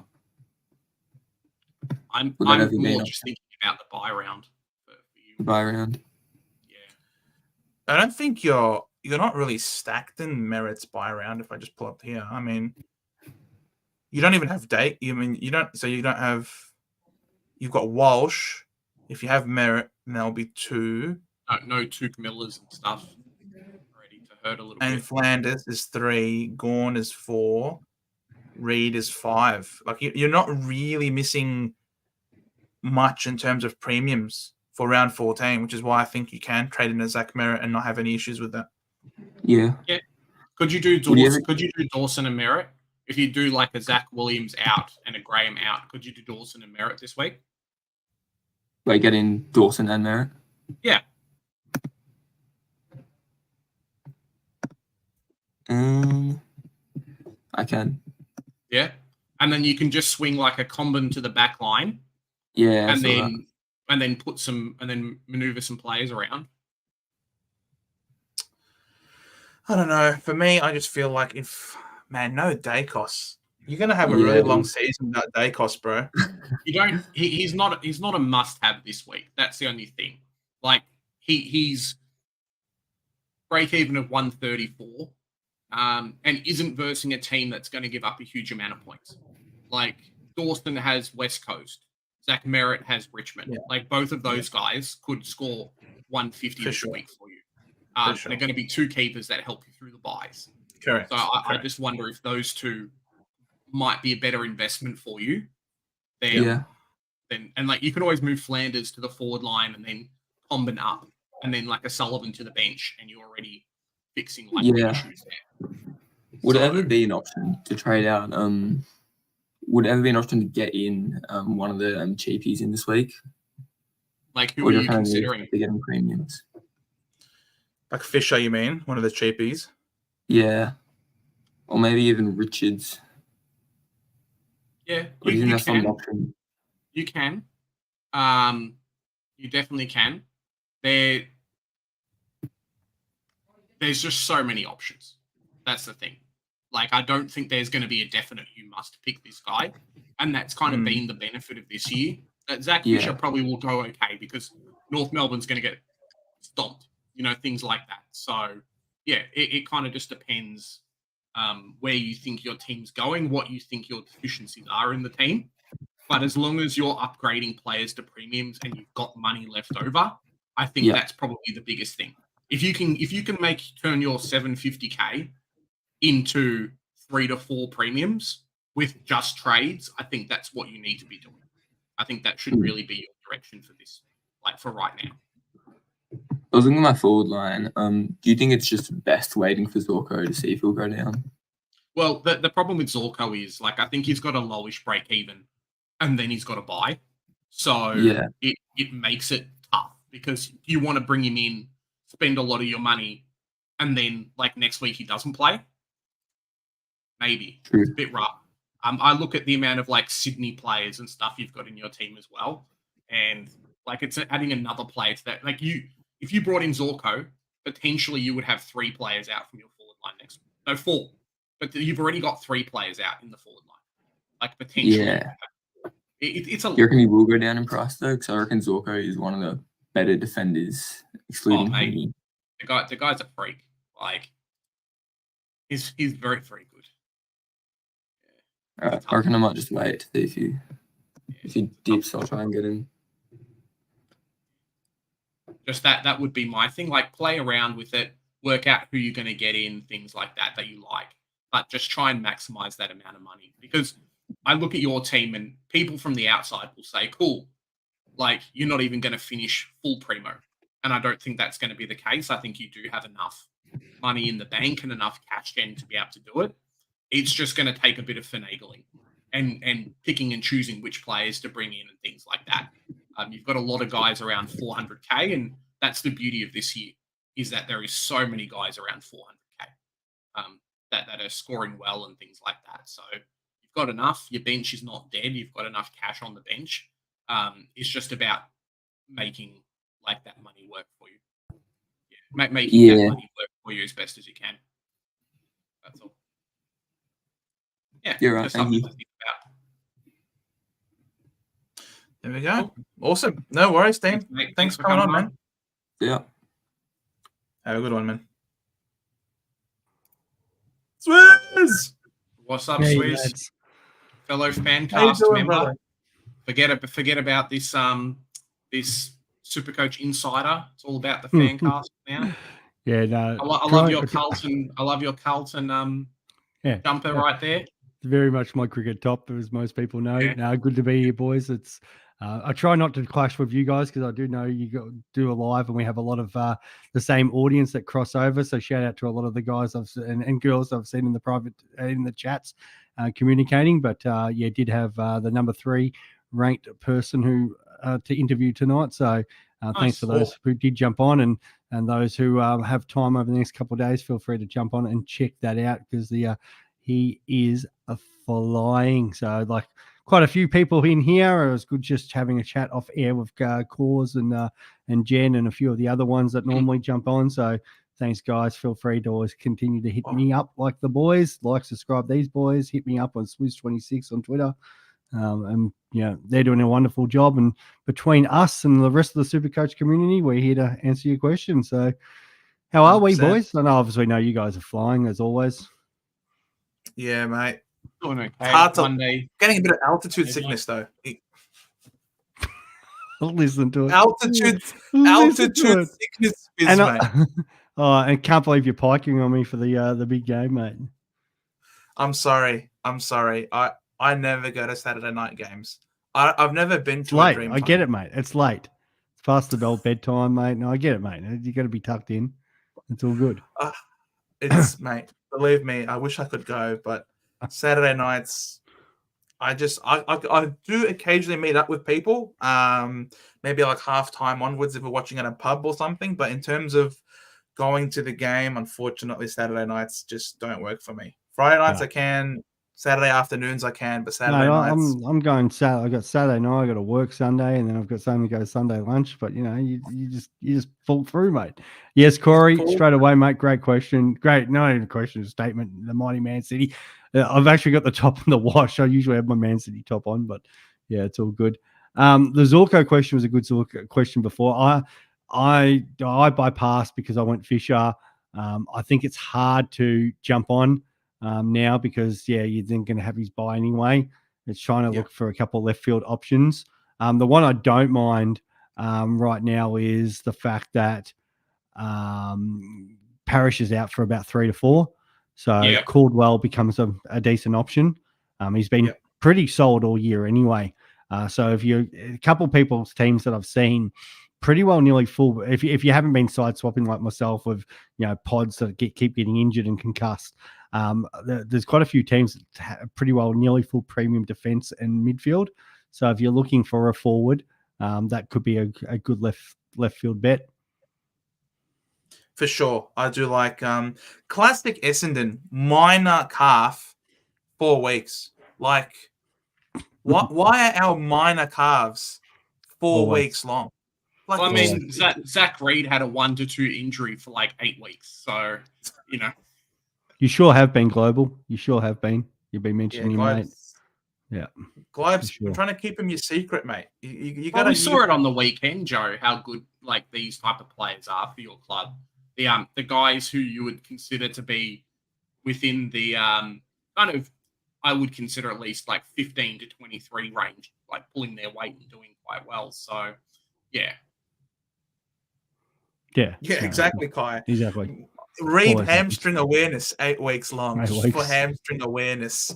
It's ridiculous. I don't know what our physios and what our I think what he our plays this week. He Zach plays. Reed. Yeah. Oh, that would be huge. All right, I think so we're him, looking I think here him and for- Ridley. Well, they don't need to really risk Ridley. You guys No. are going to flog us anyway. But yeah, I wouldn't be surprised if Reed. He's had 2 really good weeks in the VFL now. He So- has. Well, that's he's what a I thought he's about a- Reed and Sean Darcy have been a similar thing for me. Like the clubs, obviously Freo's been beaten a couple of weeks and done well on the weekend, but these guys just doing, the clubs playing for teams. Sorry, the players are playing for clubs that are doing well, so there's no rush to bring the players back. Especially if the matchups are good too. Yeah. Like, in this case, Essendon playing the Tigers. And they've already got the situation where Jones is now out suspended. So they can probably reshuffle their forward line a little bit. Oh, Harley That's a Reid joke. forward line, Joe. That's a joke. That's a joke. Joe, is the funny thing is, suspended mate, I was sitting there and I've talked to a couple of Essendon supporters and they wanted Jones dropped this week. And then the moment he gets suspended, they're like, oh my God, what a joke. It's like, hang on, you wanted him suspended. And it's like, no, it's the principle. Like, no, It is the principle. You've got a free way of getting rid of him now. No, but that's we want to drop him, not the AFL drop him. That is a travesty. How can you penalize him for that was holding the ball every day of the mother flipping week. He took the player on. Fisher tried to run. He tried to fend off. He got tackled. The ball came out. That is done cold. The fact that not only was he not paid a free kick, he's been suspended for it. The only person who should be suspended for that is that stupid umpire who refused to pay hard on the ball. It's a joke. The game is dead. Did you see that Harry Sheasel free kick for like touching the player in the back? Oh, it's a free kick. I was in the 4th row. I saw everything. I was there. I was no, that's loving fair. it. We Wasn't were a up the great. top. Was not a great advertisement of the game, especially that last quarter. Right, it was high on the ball. It was high on the ball, Causa. Was a violent act. Could have killed the fish. Could have killed him. He's out of the water. He's doing all he can to get himself killed anyway. Are you How kidding good's me? the fish, mate? The I fish was out of cheering. water. I had half my super coach team playing in that game. I'm loving it. I was just. I think I was so the close only to the bench. person who went early on Zach, who got Zach Meriden and didn't get Fisher in, and it's just like I've just been not behind in upgrades, but not doing the most. My official worst trade of the year is Marshall to Merritt. It's absolutely killed me. I did Marshall to Took. Oh, it's just brutal. It's a brutal game sometimes. All because of this. All because this guy just couldn't not get the Rona. Yeah, he comes in this week. Gets in this week. Sure. I had some people asking me about the ruck from Port, and I was just like, please, mate, got punished. If Wines wasn't subbed, he was going off. Get sweet or play. All right, look at so we got to try and help Trav out with his team here. Yeah, Trav, how much money have you got in your bank, mate? I did ask him. He didn't post in the chat. So, Trav, how much money you got? Let us know. Marshall Sweet. Yeah, there you go. Right. Are you keeping Sweet? Do you have him? What are you doing? I got Jackson, so it's fine. Jackson's my ruck at the moment. Yeah, fair enough. Now that 3 I'm not being weeks, Yanko, what are you talking about, Yeah, bro? You want this game to be touch football? Yeah, that's great. That's funny. He wants to be touch football. Yeah. Well, Zach, what are we looking at teams? Whose teams we're looking at? Travis? Yeah. This is Travis' team here. That's Ryan Travis' team. Deco Let's have a look here. Gee, that's a very light backline. You need a defender. Yeah, it's a good mid. ASAP. I like his midfield. Actually, Great midfield. yeah, backline needs a lot of love. You didn't have to pay more money to tell us how much money you got in the 147K he's got left. 147. Cheers, Travis. All right, 147. That's a lot of money. Let's just pull out this in. All right, we got 147,000. All right. So what are we doing? Darcy Jones got to go because he's dead. Well, he doesn't have to go because he's got all his forwards playing. So if he can cash out someone else to get like, I'm more looking at that whole back line with Closeley, Howes. Yeah, you got to throw some players in there if you can. Yeah, you need to. Oh, even Graham. I know Graham's got money to make, but potentially, like, I don't like going early, but hell, he doesn't have Richard, so is there a better way of getting him in? Let's have a look here. Jeez, Jai Clark again with a 15. What's up with Jai Clark and shit scores? Stop clicking on things so I can have a look at his team, Joe. Oh, sorry. I can't help myself. I love. Yeah, we needed another defender. That's otherwise, I was looking at that. Like he could potentially go early, Graham down to Phillips, and that gives him the money to go like Closeley or Howes up to another premium defender. Because that's what's missing in the team. Like he can get away with Wilson, Darcy, Harley Reid. That's fine. So he's just really, and the fact of the matter is, the sweet plays, he can put Jackson in the forward line too. So like you can definitely have Sweet on if he plays. Like he's a better rookie than most. So the fact of the matter is, Jackson goes forward. He's benching one of those forwards anyway. And he could potentially, even if he wanted, like I know the debate about Wilson. Like Wilson, you could easily keep through the buys if you wanted to move him on. His break evens peaked as well. You could technically do Wilson down to Richards, and you could upgrade one of your defenders and get really anyone. Houston's the popular one. I like McGovern because of the fixture. So yeah, one of them. I think that solves a lot of problems. So the trade is. Because otherwise, what's his bench looking like in terms of cash gen? You've got Rev. Garcia will come back this week. Garcia comes back. So it's Breville and Garcia. And technically Sweet in a way, but... If he plays. Yeah. If not, because they won. The only problem is it's the dead rooks through the buys, but you can pretend... When you've got the 3 trades, I think it's easier to move on someone like a Jones. Or like I moved Hall last week for this reason, and that's why I didn't get Zorko, which annoyed me, but in a way. But I was like, I would rather get rid of Hall, who's not doing anything for the whole buy period, and get in Zach Fisher. I was like, okay, yeah, Mrs. Zorko, it's probably cost me this week 40, 50 points, but the hope is, yeah, I'm really hoping Zorko at some point gets rested or subbed off early or whatever. But just the fact that I don't have to deal with Hall anymore, it's it's a positive, but. I get what you mean about having these dead rooks, but I think it's easier through the buys to get rid of them. Yeah, Janko, great question. I believe it could be even one more week, but the fact that they've got the round 13 buy, so do they really, because he's not playing this week, so do they really bring him back for 1 week before the buy? I can't remember who Port's playing in round 12, but let's have a look here.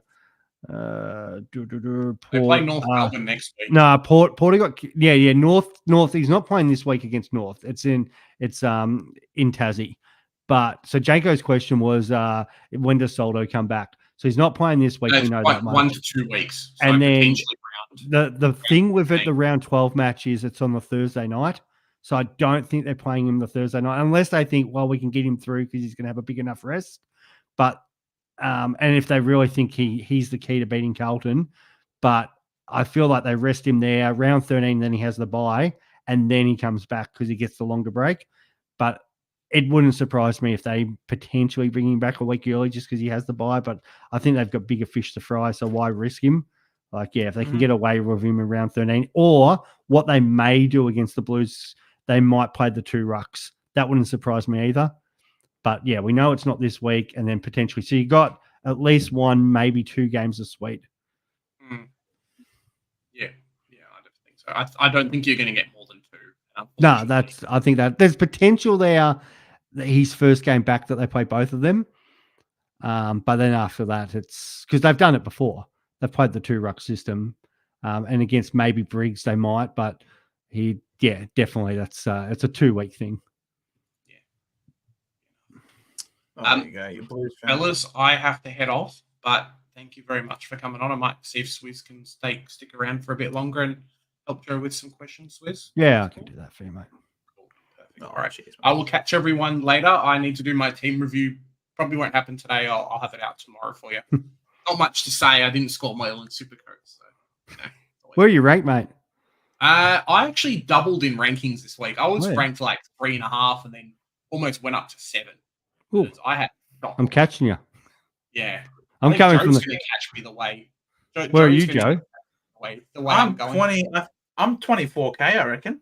Oh, cool. So I've got you way. I'm half of you. So I'm 12, 11, something like that. Yeah. Don't worry, mate. I was there a few weeks ago. It's easy. All right, see you, Jez. All right, Jez is out of the picture now. Now it's just us two. Party. Party Rock is in the house tonight. All right, we're going to get Maltesing. How's it going, Maltesing? How's it going? Go those pies. Oh, the pie. She's coming in. She's coming in hot. Matt, first time in the 8 so far this year for your pies? Or was it last week that you first got into the 8? Last week. Last week. Oh, boy. How you feeling? Quietly nervous. Why? Well, I don't know. Just me being a skeptical Collingwood supporter. You won the flag last year. You should be up and about. I know. Well, I think we've done pretty well considering back-to-back. You know, it's hard gig. So, but I think the Swans are looking pretty good and they deserve to be where they are and everyone else is chasing them, really. So, yeah, 100%. You know? Well, premierships aren't won in May, so it is possible. It is possible to peak too early. Not saying that they have, but the way they're flying at the moment, they just completely dismantled, Carlton after quarter time. It was unreal. It was beautiful. Stuffy Carlton. Carlton can get stuffed. Love seeing a Carlton loss. Sorry about the Carlton supporters out of there. No, don't have any empathy for them. No, they know. Yeah. They know that we hate their guts and they hate ours. It's mutual. It's mutual at the Scum. How's your team looking, Maltese? How's your team looking? It's not too bad this year. I'm trying to find out. It's called Maltesers, Malteasers. It's a very old team. I've had it for a long time. No, I've had it since Mick Moldhouse was there. That's why I named it. Yes, that's great. There we go. That makes a lot of sense now. Yeah. All right. I like it. Yeah, years and years old. So how much money in the time bank? He was just teasing us, We didn't win the grand final and all that. He was teasing us. He was teasing us last year by predicting us to win the flag last year. Oh, did he? He did. I'm not joking. Well, I can't. Anyway, you're on the road. You're on the road. You're second on the ladder. Take a photograph of it. Hey! You gotta take the wins as they come, mate. They do. Don't come all the time. 4 points is 4 points. It doesn't matter how you get it. You get the 4 points. That's right. So. And 2 points is 2 points. Yes. I was glad that we had a draw as well. Wow. Were you there? No, I couldn't get tickets. They sold so quickly. It's like, gone. So, yeah, that was unreal. And I went to see them play the Swans and it was just horrible. I was like, oh no. As soon as I go to a game, they play like dog. So, no good at all. Yeah, so that's my team. I think, is that last week's team? I didn't have I went on. Because I've done some mucking around with it. Did you have Zorko last week as your VC? I've had Zorko from the beginning of the year. You had him VC. Wow. Everyone's going back. I know I fluked out on that one. And it's all skill. That's great. When you get it right, it's all skill. Yeah, wow. Saligo. Oh, he is a good player, You're Saligo. back Well, on. I got him 2 weeks ago thinking, you know, if he can get into the 90s or something and get me up to the buys, and then I might trade him up. But he just hasn't. I think it's good. I was just actually talking to someone before. I think it was Cause, or was it Maddie, about the fact that you could look. Actually, I think it's with Matt. Yeah, you definitely look at Saligo for the next 3-4 weeks. He could go. It's a real left field move that could just go off. Yeah, now that Rankin's got injured. Yeah, that's the thing. Yeah, correct. Not the same type of player, but he could fill that spot. So I mean, I can't afford to get rid of him now. So no, you got the draw's too good. You got to back him in this period of time. Yeah, and you know what? Early in the year I had Dawson, and he was a rage trade. Got rid of him. Yeah, and likewise. I go, what the hell did I do that for now? So anyway, but I'm sort of thinking I just really need to get my bench fixed up a bit, and I don't have much money. So I mean, I can use, you know, I don't know if Graham's still got Sanders there.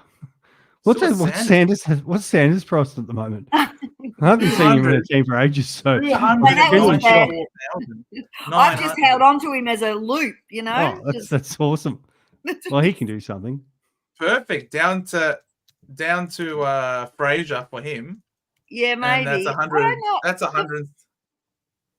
Yeah, I don't know about Fraser though, and I've got Jones, and he's going. So no, I don't like Fraser that much, mate. Just you don't like him? No, I'd rather get Richards. Yeah, there's no Johannesson because Johannesson's out. Yeah, I still don't trust the Dogs, mate. Even with Johannesson out, no, I could care less. I just can't stand him. Can't stand Bevo at the moment. Fair enough. Fair enough. I've got Sheasel there. And I really want to in my fantasy side. I got rid of him. I put in the Fremantle player, and I thought I should have done that, but I don't know. Oh, Luke Ryan. Yeah, Luke Ryan, and that paid off really well. Paid off really well in the sense that I got cash, you know, the dropping of cash, and I got him up a bit. But I can't. I don't know if I should get rid of him now. I can't. With the buy, I was thinking maybe I should. Anyway. Yeah, I think another midfielder here. I think if you go can definitely go either Sanders or Sharp up. If you go one down, you could definitely go one of them up. Well, I want to use Sharp right up to buy. Yeah, you could definitely do that. Like that's where Sanders is probably the better option. Like you could go you could go even like Graham. Like Graham could go down. Closeley could go back this week. Yeah. And then you could go Graham down, Sanders up. If Graham gets named, you could go Closeley down. Closeley goes down, Sanders goes up. That gets you a premium. Yeah, that's Closeley's true. 320 down to 120. That's 200K. Did you say you had any cash left? Not much. Not much. That's fine. Yeah, about 60, I think. Okay, so that's Sanders. Richards is forward only. That's I know, but you can always move Wilson in the middle. Even if she has to go the Bulldogs way or whatever. But it's what's that? 200K on 294s, 494 plus the 60s, 550. There's a couple of decent midfielders still floating around. I mean, I do. Tom Green is really cheap. Tom Green, 100% is. Yeah, like that. That's not a bad option. And my buys are pretty good, I think, in the sense that I've got forward line Heaney and Zorko, and Powell. Anyway, actually the move there, you could actually go. I don't usually like jumping on people early, but you could go Closeley down to Ethan Phillips from the Hawks, and then go Sanders up to Rao. Yeah. Because I've been suggesting, like, if you're not getting Rao this week, you need him next week. I think he's going to be a must-have. They play Carlton, don't they? Carlton's not the best matchup. Yeah, they're not the best matchup for midfielders, but Rao's break even still obtainable because I think it's around the 100 mark roughly. But after that, it's kind of you want Rao. Yeah. Like Rao's playing Essendon the following week. Look at LDU did against the Bombers this week. And then after that, they've got some really soft games for the Suns. Yeah. If you're keeping up there, Joe, trying to get Rowley up, trying to get the Suns fixture up. Come on, Joe. Where are you, mate? Oh, Joe, I kept on the Marshall. Support me here.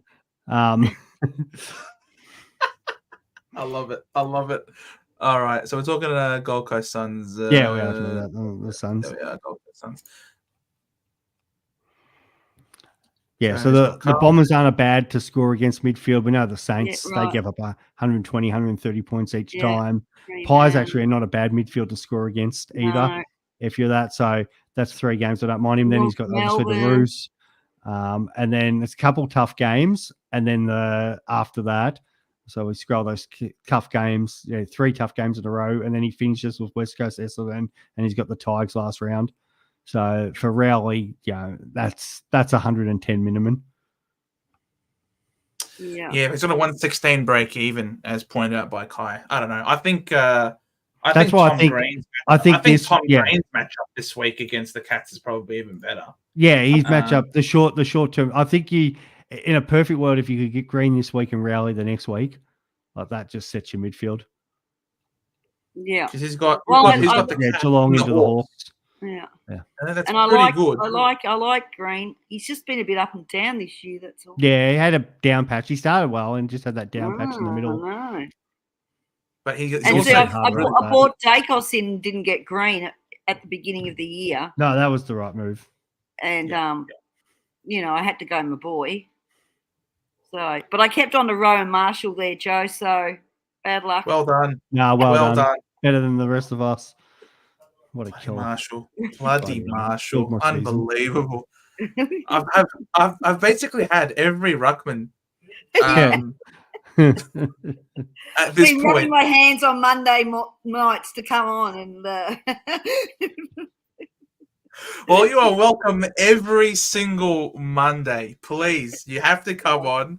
It's been absolutely wonderful. The most likable Collingwood supporter I've spoken to online. Well, not everyone says that, so but anyway. There you go. And that includes Chris. So yeah, cop that. No, I'm just yeah. Oh yeah. Easy. 100% includes Chris. Thank you so much for coming on. No problems. It's been an absolute pleasure. Hopefully, Swizz gave you all the help that you needed with your team this week. That's great. Take care. Awesome. You too. Yeah. See ya. Bye. Yeah, Nate, you're right there. And that's the other thing, because Green's got the bye the next week. That's why I don't like He's got the bye next week, but what's his break even? His break even. Well, I've already owned him, so it's always hard. Some of the players I don't own, I just completely discard. I'm like, oh, don't we all own them? And then Chris is like, oh, I don't own them. It's like probably why you're break even of 71, and he's up against the Cats, who give up so many points. Well, he's 487. Yeah, because of that 5 comes out of his score now. Yeah, exactly. That's the hard thing. But are you happy to pay 20K more for him, just the fact that he's not playing the following week? This is the debate over the scoring, because you'll be way ahead the fact that you won't have Green next week. Potentially. Like whoever you trade in is gonna have a bye anyway, though. Yeah, exactly. At some point, but not next week. Not next week. No, so I'm not gonna say I shouldn't get Fisher. Then this is the show. I shouldn't get Fisher this week. It's too late for me to get Fish. No, well, I like Fish, but the problem is with him now. He's like last week you could still get away with him being a cash cow because he was going to make over 100K, but now you are getting him in as like a premium option. But the forwards are so terrible. Like, can he average 95? Well, he could. Like in that North Melbourne back line, it is possible. Yeah. Oh, I'm not paying that much for Zorko. He's over 600K now. Not now. Ridiculous. That's right. That's the hard thing. Just hope he he won't. But it's the year that these old guys don't pop strings, like the first time ever. And then next year I'll probably start them, and they'll all be injured by round 3. Correct. Exactly. 100%. Oh my God. So yeah, it's hoops, Joey. We are second, and I know I said the lid was off last week, but I'm screwing the lid back on after that crap performance. That was a win for North. They beat us in 2 quarters. Just embarrassing. But the problem, Hoops, was I said it to the other half, and she's watching right now. So hey to the other room, Bri. But I was like, that last quarter, Essendon went into a mode where they just didn't want to get injured. So they've gone to protection mode, and North aren't good enough, and definitely weren't good enough on the day to take advantage of that. The Bombers just did what they just had to play, kind of keepings off. It was hard watching, and I think people who follow me on Twitter know I was way more interested in the seagull that was getting centre bounce attendances than the actual game, because it petered out. Like North just weren't good enough to break lines, and other teams would have just put them to the throat. But Essendon knew that. They were like, we've got North's measure here. We'll just take a comfortable 6-goal win and move on. But it wasn't a great last quarter. Look, I didn't mind it. At the time, I was very annoyed. Don't get me wrong. I was very annoyed at the fact that we were doing some really stupid things, especially going inside 50, a lot of poor decision making. But at the same time, I didn't mind it. Like, we did what we had to do. We put in a really strong performance in the third quarter, blew the margin out by kicking 8 goals in that quarter. And then, all right, fine. They're not going to beat us. They're not going to catch up to us. We can put the Q in the rack and just simply do what we have to do. There's no need to necessarily risk injury. I don't mind it. We've had some injuries every now and then. We obviously lost Parrish before the game as well. So, look, I don't mind if we go into a bit of protection mode, and you can't do it against every opponent. But knowing who our opponent was today, or on the day, I don't mind picking and choosing who you're going to, play that way with. So, you look at donations coming through, mate. I literally got none tonight. Where's the love guys? They're awesome. The boys are awesome. As I said earlier too, guys, if they're apart from obviously Joe, we're all on Twitter too. So if we can't answer your teams on here, do what I know a few people already been hitting me up while I've been talking to the guys. So either hit up the boys at Centre Bounce, heap us up at Supercoach Insider, or hit me directly, Swizz26. So I've got 4 people in the chat hitting me up on Twitter. It can be easier when you guys screenshot your team and that, but we love doing it via there. Obviously, Joe and Jez do a great job. So yeah, keep putting it in the group chat. But if we don't, or if you get ideas on like a Wednesday or whatever, and I usually try to or if it's not us, other podcasters try to spread out the love on different days. Just makes it easier, obviously, because there's a lot going on. And I did say before, it was good having Connor on just because he's third place at the moment. So, he's ahead of the game. Nath out there, Nathaniel too. I know you're trying to see me. Even if you can tag me in a tweet, mate, because he's 4th overall. So there's a few of the guys in our community who are right up there. It's great to see so many people doing well. But sometimes it's not. Even if you're further back, as I said, try to do. Even if you take risks and try to get up the ladder, if you play for overall, maybe try to play for a weekly, because there's obviously some good prizes for a weekly. Maybe you could set your team up, especially the buy tower. If you're way back and you're 40,000 and that, why not set your team up and try to win one of the weeklies, or try to set your team up to win leagues. And I think there was a reference there, not just I don't like cheese, but I was reading yours, Freddie. I think it was Freddie, or was it somebody else about the Marcone? So I'll get to that one. I don't like cheese. So what's the team? I Dream of Heaney. All right, mate. Which one is it, Cheese? Cheese, which one? There's a lot of I Dream of Heaney's, mate. Wow. The love for the Heen Dog. The Heen Dog has a lot of love. Bro, feel free to jump on the chat and that. Don't just did pot shots. I just got on that. Your Dylan Moore suggestion was shit. I've gone. He was flying. He was flying. It was like JP on the weekend when we were playing cricket, and I said, "Mate, you got to get ranking this week. Got to get him." And then, of course, we saw how that ended up. Perfect. Cheers. Thanks, Cheese. All right, insane. Beautiful. All right. Oh yeah. Come on. Okay, there we go. All right. Do it. Just you can do it. All right. So, your team. How much in the bank was it? 21,110. Yeah. Get your little calculator up. Look at get your little legal line going. All right. So we've got Ryan, Dacos, Houston, Martin, Cheese. How's McKercher will come back in time and Corey. That's a dream. Just you're beating 44k and winning a weekly. Mate, it can happen. I've obviously got one in the basketball this year, so it's good. good price to win. Sarong, Butters, Bont, Dawson, Rao, Anderson. Nice. Green. I like that. McAuliffe. Very nice. My boy. Corndy, Heaney, Flanders, Reed, Fisher, Dempsey just doing what he does. It's Sexy Boy. Bloody Still Dempsey. here. All right. So what is he going to Still do got this McCurch. week? So he needs a defender, but he's technically holding McCurch. But yeah, needs a midfielder.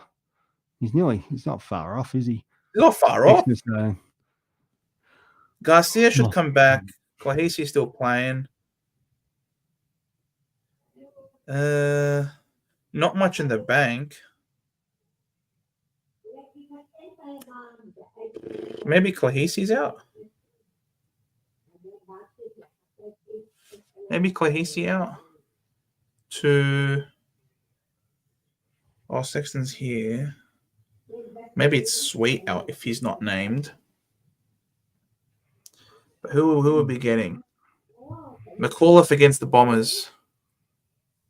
yeah, I'm like, you need a midfielder here. It's just a question of, like, again, like this whole like, you could, again, is it Closley kind of down the Phillips? McCurcher goes to the mids. That gives you 200, 220K. I'm just trying to work out who you upgrade and shove it on. What's Dempsey worth there? I can't see it, mate. 317, 200, 300. 317, 300. What's that then? 530. He's got everybody that you kind of want. That's so annoying. I know. It's actually a really decent team. Just doesn't have because you don't want to trade McCurch out now. What's Dempsey's breaking? I don't know. But Dempsey's just doing his job. It's nearly at, you know what? His team's nearly at the point where he just needs to just do one down this week and bank cash. Like, you could technically get away with, like, be it Closely or who, like, I think it's like, yeah, you'd want nearly a Richards. Actually, he could do it because Dempsey's got dual position, doesn't he? So he could technically go Closely, move Dempsey to the mids, put Dempsey on field instead of McAuliffe, or potentially loophole them. I think they don't play at the same time, do they? Where's Geelong's game this week? Their Geelong plays beforehand. So, but then I think Garcia will get named. But if Garcia wasn't to get named, you could do Dempsey into McAuliffe and just bring Richards in your forward line. Yeah, okay, you got to play him on field this week. But at least that would bank 200K. He'd have 220K to hit the buyers because most of the team's fairly upgraded. Like, you don't necessarily need to, like, yeah, he's flying and you'd want to stay ahead of the game. The only other option is, because of the cash situation, is if Closley went down, even if it was Richards or whatever, or even if it was Dempsey down to Richards. So, yeah, it's annoying Richards on field. He could go Closley to Clary. Yeah. Yeah. Because I think Clary's turned the corner. Yeah, seems like it. Yeah. So you got fended off by Harley, but you know, he's not going to be the only one there. So I think was Petrarca. Yeah. So I think that's probably the way. And yeah, I think Superbirds, it's a chance. Like, it wouldn't surprise me to have Closley out, Graham in. They do like Closley. He's doing a great job. And yeah, if Closley is out, it makes it a lot easier to trade him if he obviously is rested and stuff. Like, he's got some cash to make, but it's not a whole lot. Like, he's probably gone the week after out of our sides. So you could definitely go a week early. I just kind of think, yeah, there's another 15 to 20K to be made. And we've seen it all year with these rookies. He probably plays and scores 100. But yeah, I think, I'm not completely against trading him with that. Corey saying get Caldwell for Dempsey. Like, because the field is so strong here. Like, there's no real obvious, bad players on the field. Maybe McAuliffe is a youngster, but you got Sexton essentially at F6 here, and Howes is a pretty good D6. Yeah. Until McCurcher comes back after his bye. So yeah, it could just be Dempsey and Clahisi to Richards and Clary. Might have enough money for that. might also have enough money. So if you've got 21,000, so what? It's plus. So Closeley down for 120. 300. Yeah. And then Richards is 123,900 plus Clahisi is 320,500. It's 535. Yeah. So how much is Clary now? 480 something, I think. There you go. So you can get Clary. Maybe more. Yeah. Maybe more. But he's definitely. Oh no, he's probably gone up, but he's still not. Where is he here? Because I know I was looking at Clary. Where are you? Clary. 524. 524. Oh shit! Yeah, we can still get him. Yeah, there you go. He went up 30k this week. That's right. So it's a 1 down, 1 up for you. Perfect. Yep. I got. Oh, you're heading off, Freddie? Thanks so much for coming on, man. I've got a team for you because I know I'm getting pestered by her. Bomber Blitz, mate. Bomber Blitz. I think it's Blitz with a Z. Yeah, that's the infamous. Jeez, is everybody on Supercoach at the moment? It's like everyone is. Literally everyone is at the moment. Everybody's on the thing now. Oh, come on. One job here, Joe. One here. Right, the computer's dying here. Dying. Yeah, I found the same earlier too. I was having some issues with mine. My team wouldn't load. Real professional stuff when I was podcasting before. And I thought, I know the one word, Bomber Blitz. On. I think it's 2 words.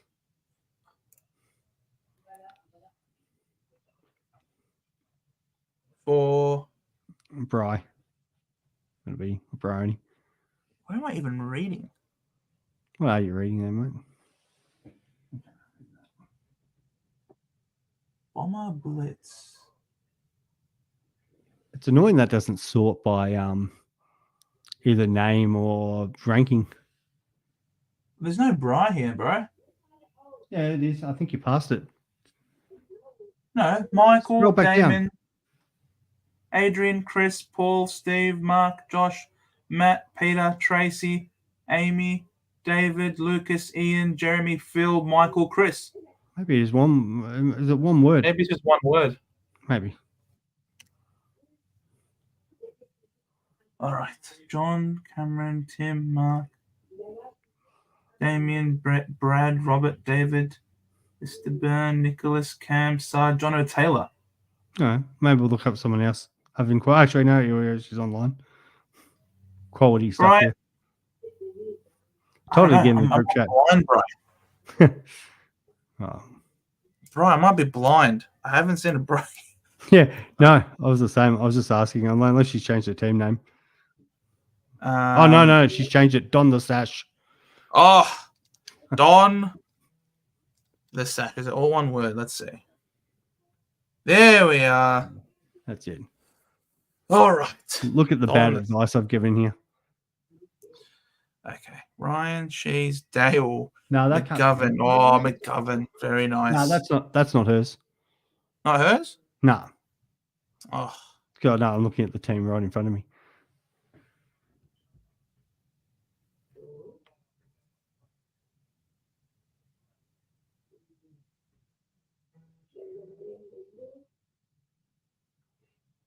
Maybe there's put the spaces in. Put the spaces. On the Sash.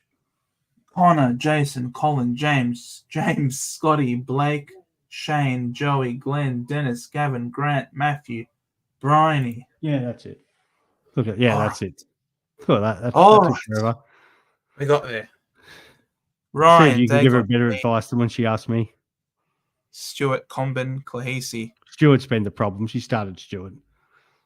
It's been very annoying. I imagine. And I don't even know if I want. Like the thing is, I want to see what he does this week.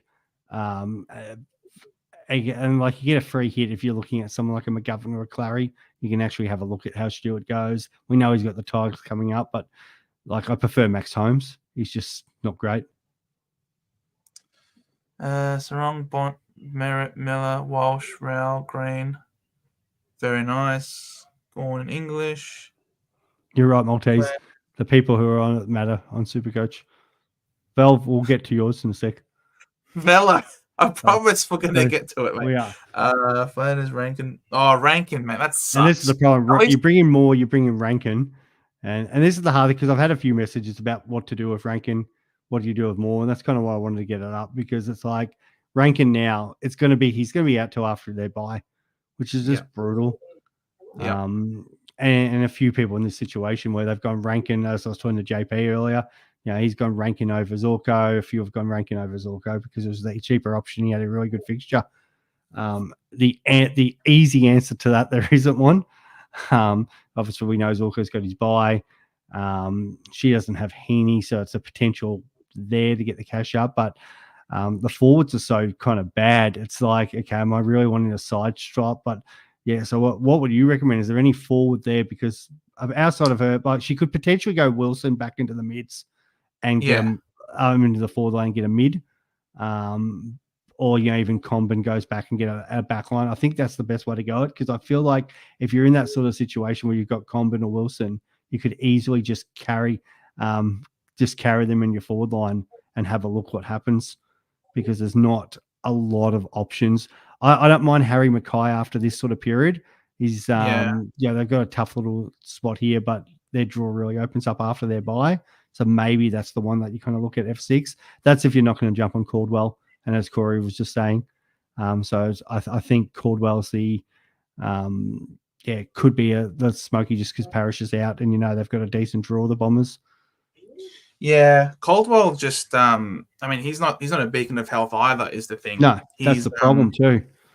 Yeah, if he wasn't so prone to having his own calves have issues, he'd be in my team already. Is the problem, but more you just got to hold Rankin. Yeah, you've just got to hope he rebounds back. Like Newcomb had a bad game as well. So, but I think if you've got Rankin and you're in this situation, if you can fix up your midfield or defense first, you go that, because like who are you really wanting from this forward line? As I said, like Harry Mackay. Like if you look at the averages, okay, so it doesn't have Heaney. Could go Fisher. Most people do. Fisher's probably the only other one. If you're thinking he's a keeper, which I obviously don't mind because I've got him. But outside of that, like you got Harley Reid's the 14th highest at the moment. Dill Moore's still the 12th highest. Caldwell's 11th. Yeah. Jesse Hogan's up and down. Like he's had a good game this week. Break even's low again, but he's like Fisher is a keeper.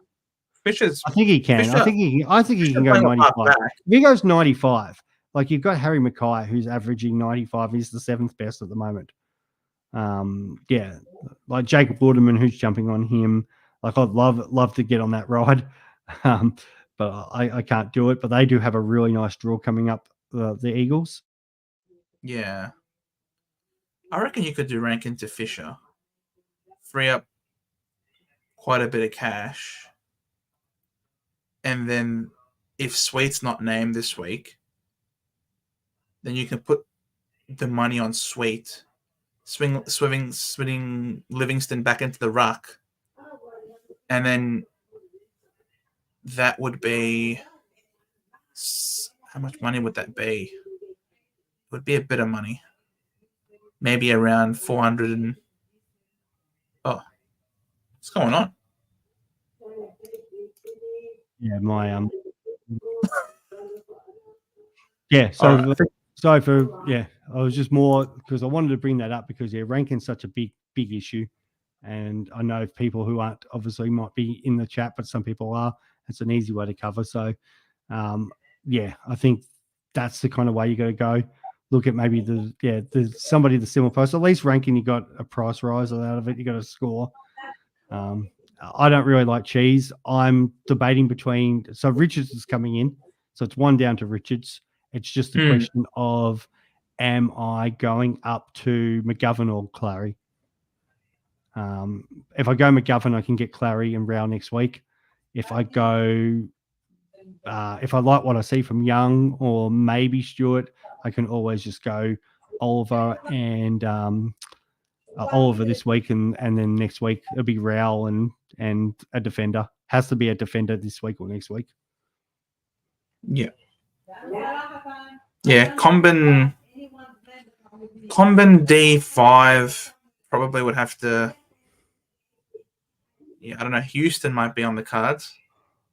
Yeah, well, that's the other one. Like, yeah, there's options there, but yeah, I think that's more the point I'm making.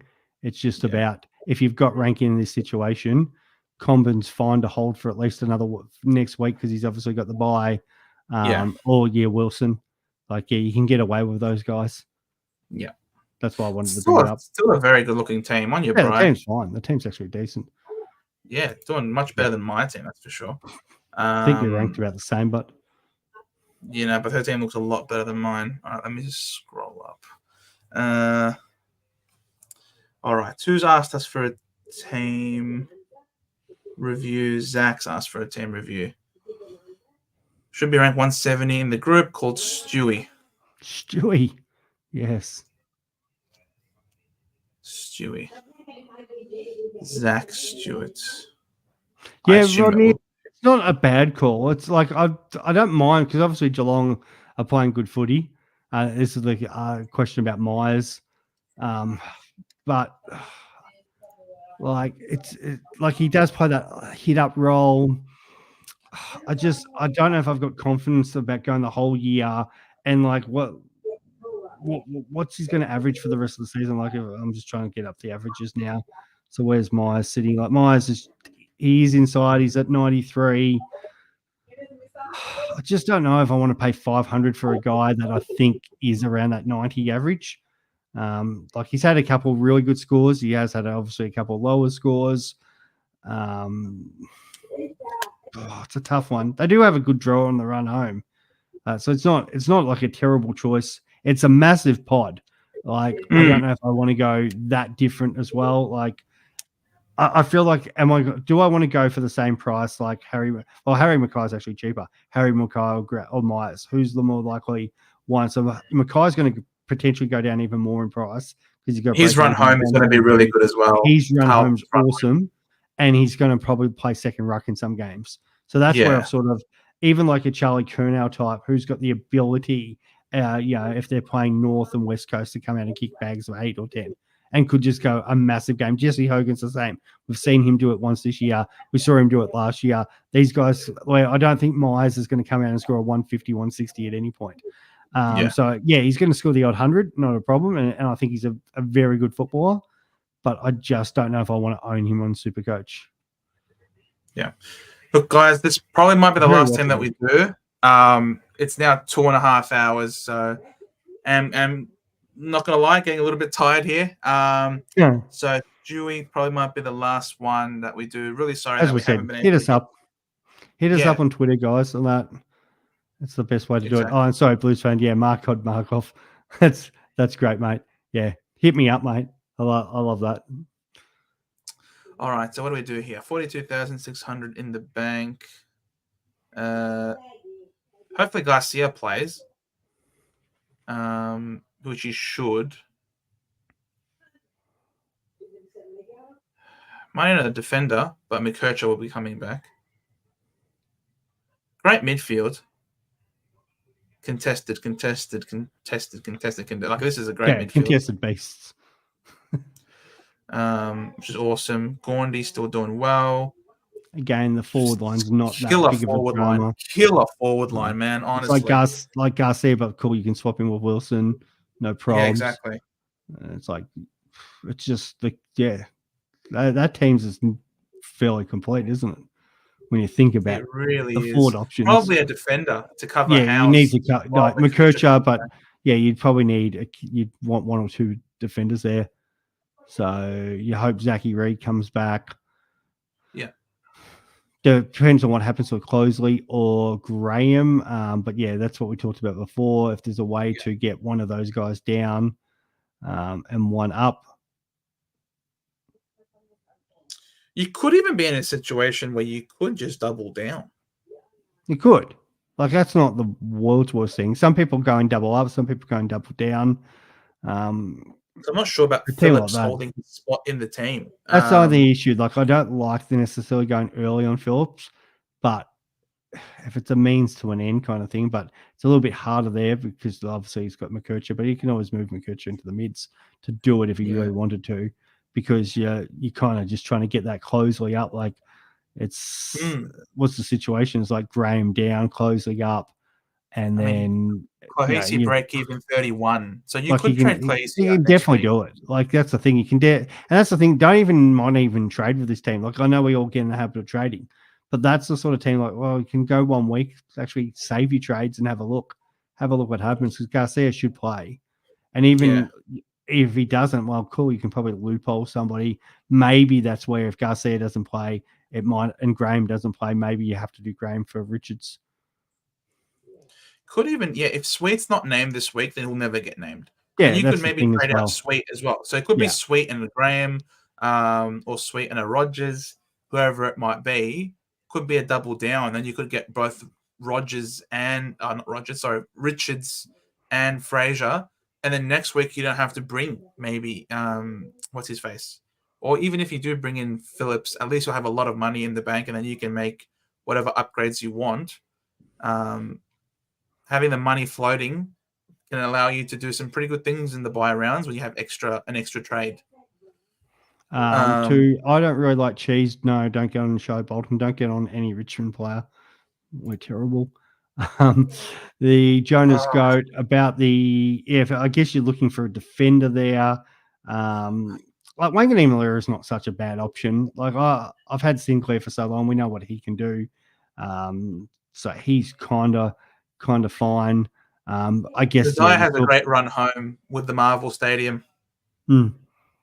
At the end. So I don't mind Desire personally. Yeah, and Desir's gone 300s in a row. St Kilda are playing slow ball movement. The only problem is that kind of changes.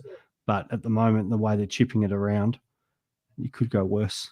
Oh, well, teasing. You did not have to do that at all. Thank you so much for coming on. It's been an absolute pleasure to meet you for the first time, at least remotely. Thoughts about flipping the forward line outside the top 3 for cash gen, and then trade in Rankin and Carlton key position players to finish it off after their buys. I really like the Carlton key position players on the run home. Like I've got no issue with like kind of leaving your 2 forward spots because they got the round 14 buy. So you could bring them in as your 2 last upgrades in round 15. You could go 3 trades there, 1 down, 2 up, and you could potentially go both.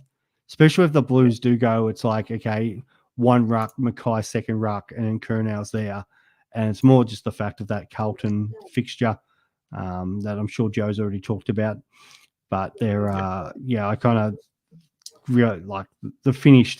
There's games there where they're going to have a field day. So I think they've got, is it Geelong straight after the bye at the G, but then they play the Tigers. Well, that could be anything.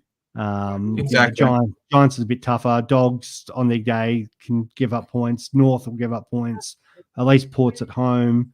You got Hawthorn and West Coast in there, and even the Saints, and the Saints will be shot by then. So, if the Blues, who aren't in the position where we need to rest, they could be still fighting for the kind of the 8 or the 4. We don't know where they kind of sit. So especially those last 3 games, Hawthorn, Eagles, Saints, if they have to push for percentage, well, who's the ball going through? Curnow and Mackay. So exactly. It's not, they could be fun to own on the run home. As much as the fact that outside Carlton supporters, everyone hates Carlton, but from a Supercoach perspective, and we know Curnow, he went, he was one of the top forwards last year, even with all those other forward options we kind of had. And Mackay is just flying, and I trust JP's advice because he's won it before. And he was on our top 10 show at the start of the year. He had Mackay in his top 10. Said jump on this guy, and nothing's changed to say this guy won't be top 10. Yeah. All right. Yes. Flag pies. Fine. Yes. You were the first person. The first person. Well, I might love you and leave you, Joe. It's been good, mate. Yeah. I like jumping on because I do have an early start, but it's fun. Thanks so much, Swizz, bro. Anytime, mate. Love it. You're an absolute legend. All good. Thanks for everybody for having me here. Supercoach Insider. Yeah. Check him out. Subbed Follow on. him. Hit him up. He's an absolute incredible. Like he said, hit him up, and he will obviously get back to you. He's a ripper. Absolutely. It's always good, mate. You and I. It's one of my highest rating shows in the preseason. You and I, mate. Just getting on there when we caught up. We should say, Joe and I do it again.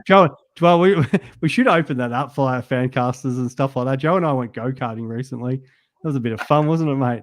Go-karting, bit of laser tag. How good was that? Mini golf? How good was mini golf and drinks? Beers and mini golf. That was mini golf fun.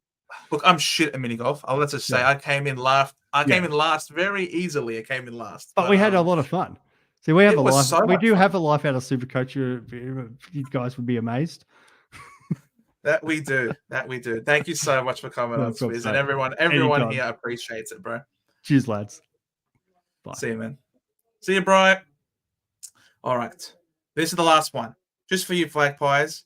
We'll get this done. 2 hours and 40 minutes. Oh my God. This is a marathon, even for us. All right. Day cost. How much you got in the bank, Flag Pies? I don't know how much you have in the bank. Day costs Houston, Martin Shees, Stewart, Clahisi. It's good. Butters, Bont, Dawson, Steele, Brayshaw, Clary, Green, Wilson. Cool. Gaundy, nice. Fimba. Oh, one of the rare Fimba teams. Zorko, Flanders, McRae, Fisher, Darcy, Sexton. No Heaney. 27.9. 27.9. Okay. Look, your field looks great, to be honest. That is 27.9K is it's obviously not a lot of money, but the field is looking very strong. Nothing particularly obvious that needs to be addressed. But you also don't have a lot of money on your bench. Reed should come back. If not this week, then next week. Sullivan will make you more money. Jones is dead. Biggie might be dead. Hopefully he comes back soon. This just might be a case of a double down. To me, could just be Jones and Graham if he's not named. Could just be a case of a double downgrade. Getting the cash gen going on your bench, covering during the buys, because nothing obvious needs to be fixed on field. Great team, Flag Pies. Good stuff. Gotta go. Thank you so much for coming on, Cheese. It was a pleasure to meet you remotely for the first time, brother. Calm the Dons. Jonas, thanks for I have no idea, Jonas. I've got no idea. I know there's a lot of people that do like watch-alongs, for example, so that might not necessarily count compared to this, where this is just purely talking. But no, it's been awesome. It's been awesome. Love talking with you guys. Joe, my team is dying. He's ranking a trade. He's out for 3 weeks, bro. And then they have the bye. Rankins a trade. You got to do it. Much love, Flag Pies. All right, I'm gonna call it a night here, guys. Look, I'm cognizant of the fact that given the different setup that we had today, there were a lot of comments and questions that we didn't read through today. For that, I'm sorry. If you felt like you were ignored, believe me, not our intention. Just a different sort of setup in trying to have some of you guys come on. It was great. The people who did come on and speak with us on the fan cams, it was wonderful to talk and with a lot of you for the first time. It is going to be something that we're going to try and do as much as we can on Mondays because we love hearing from you. Obviously, it's great reading your comments, but also gives you a bit of ability to yourself get in here and talk, which I think is obviously really nice for the connection. Unfortunately, if we're talking, then there might be periods of times where the comments might get left behind.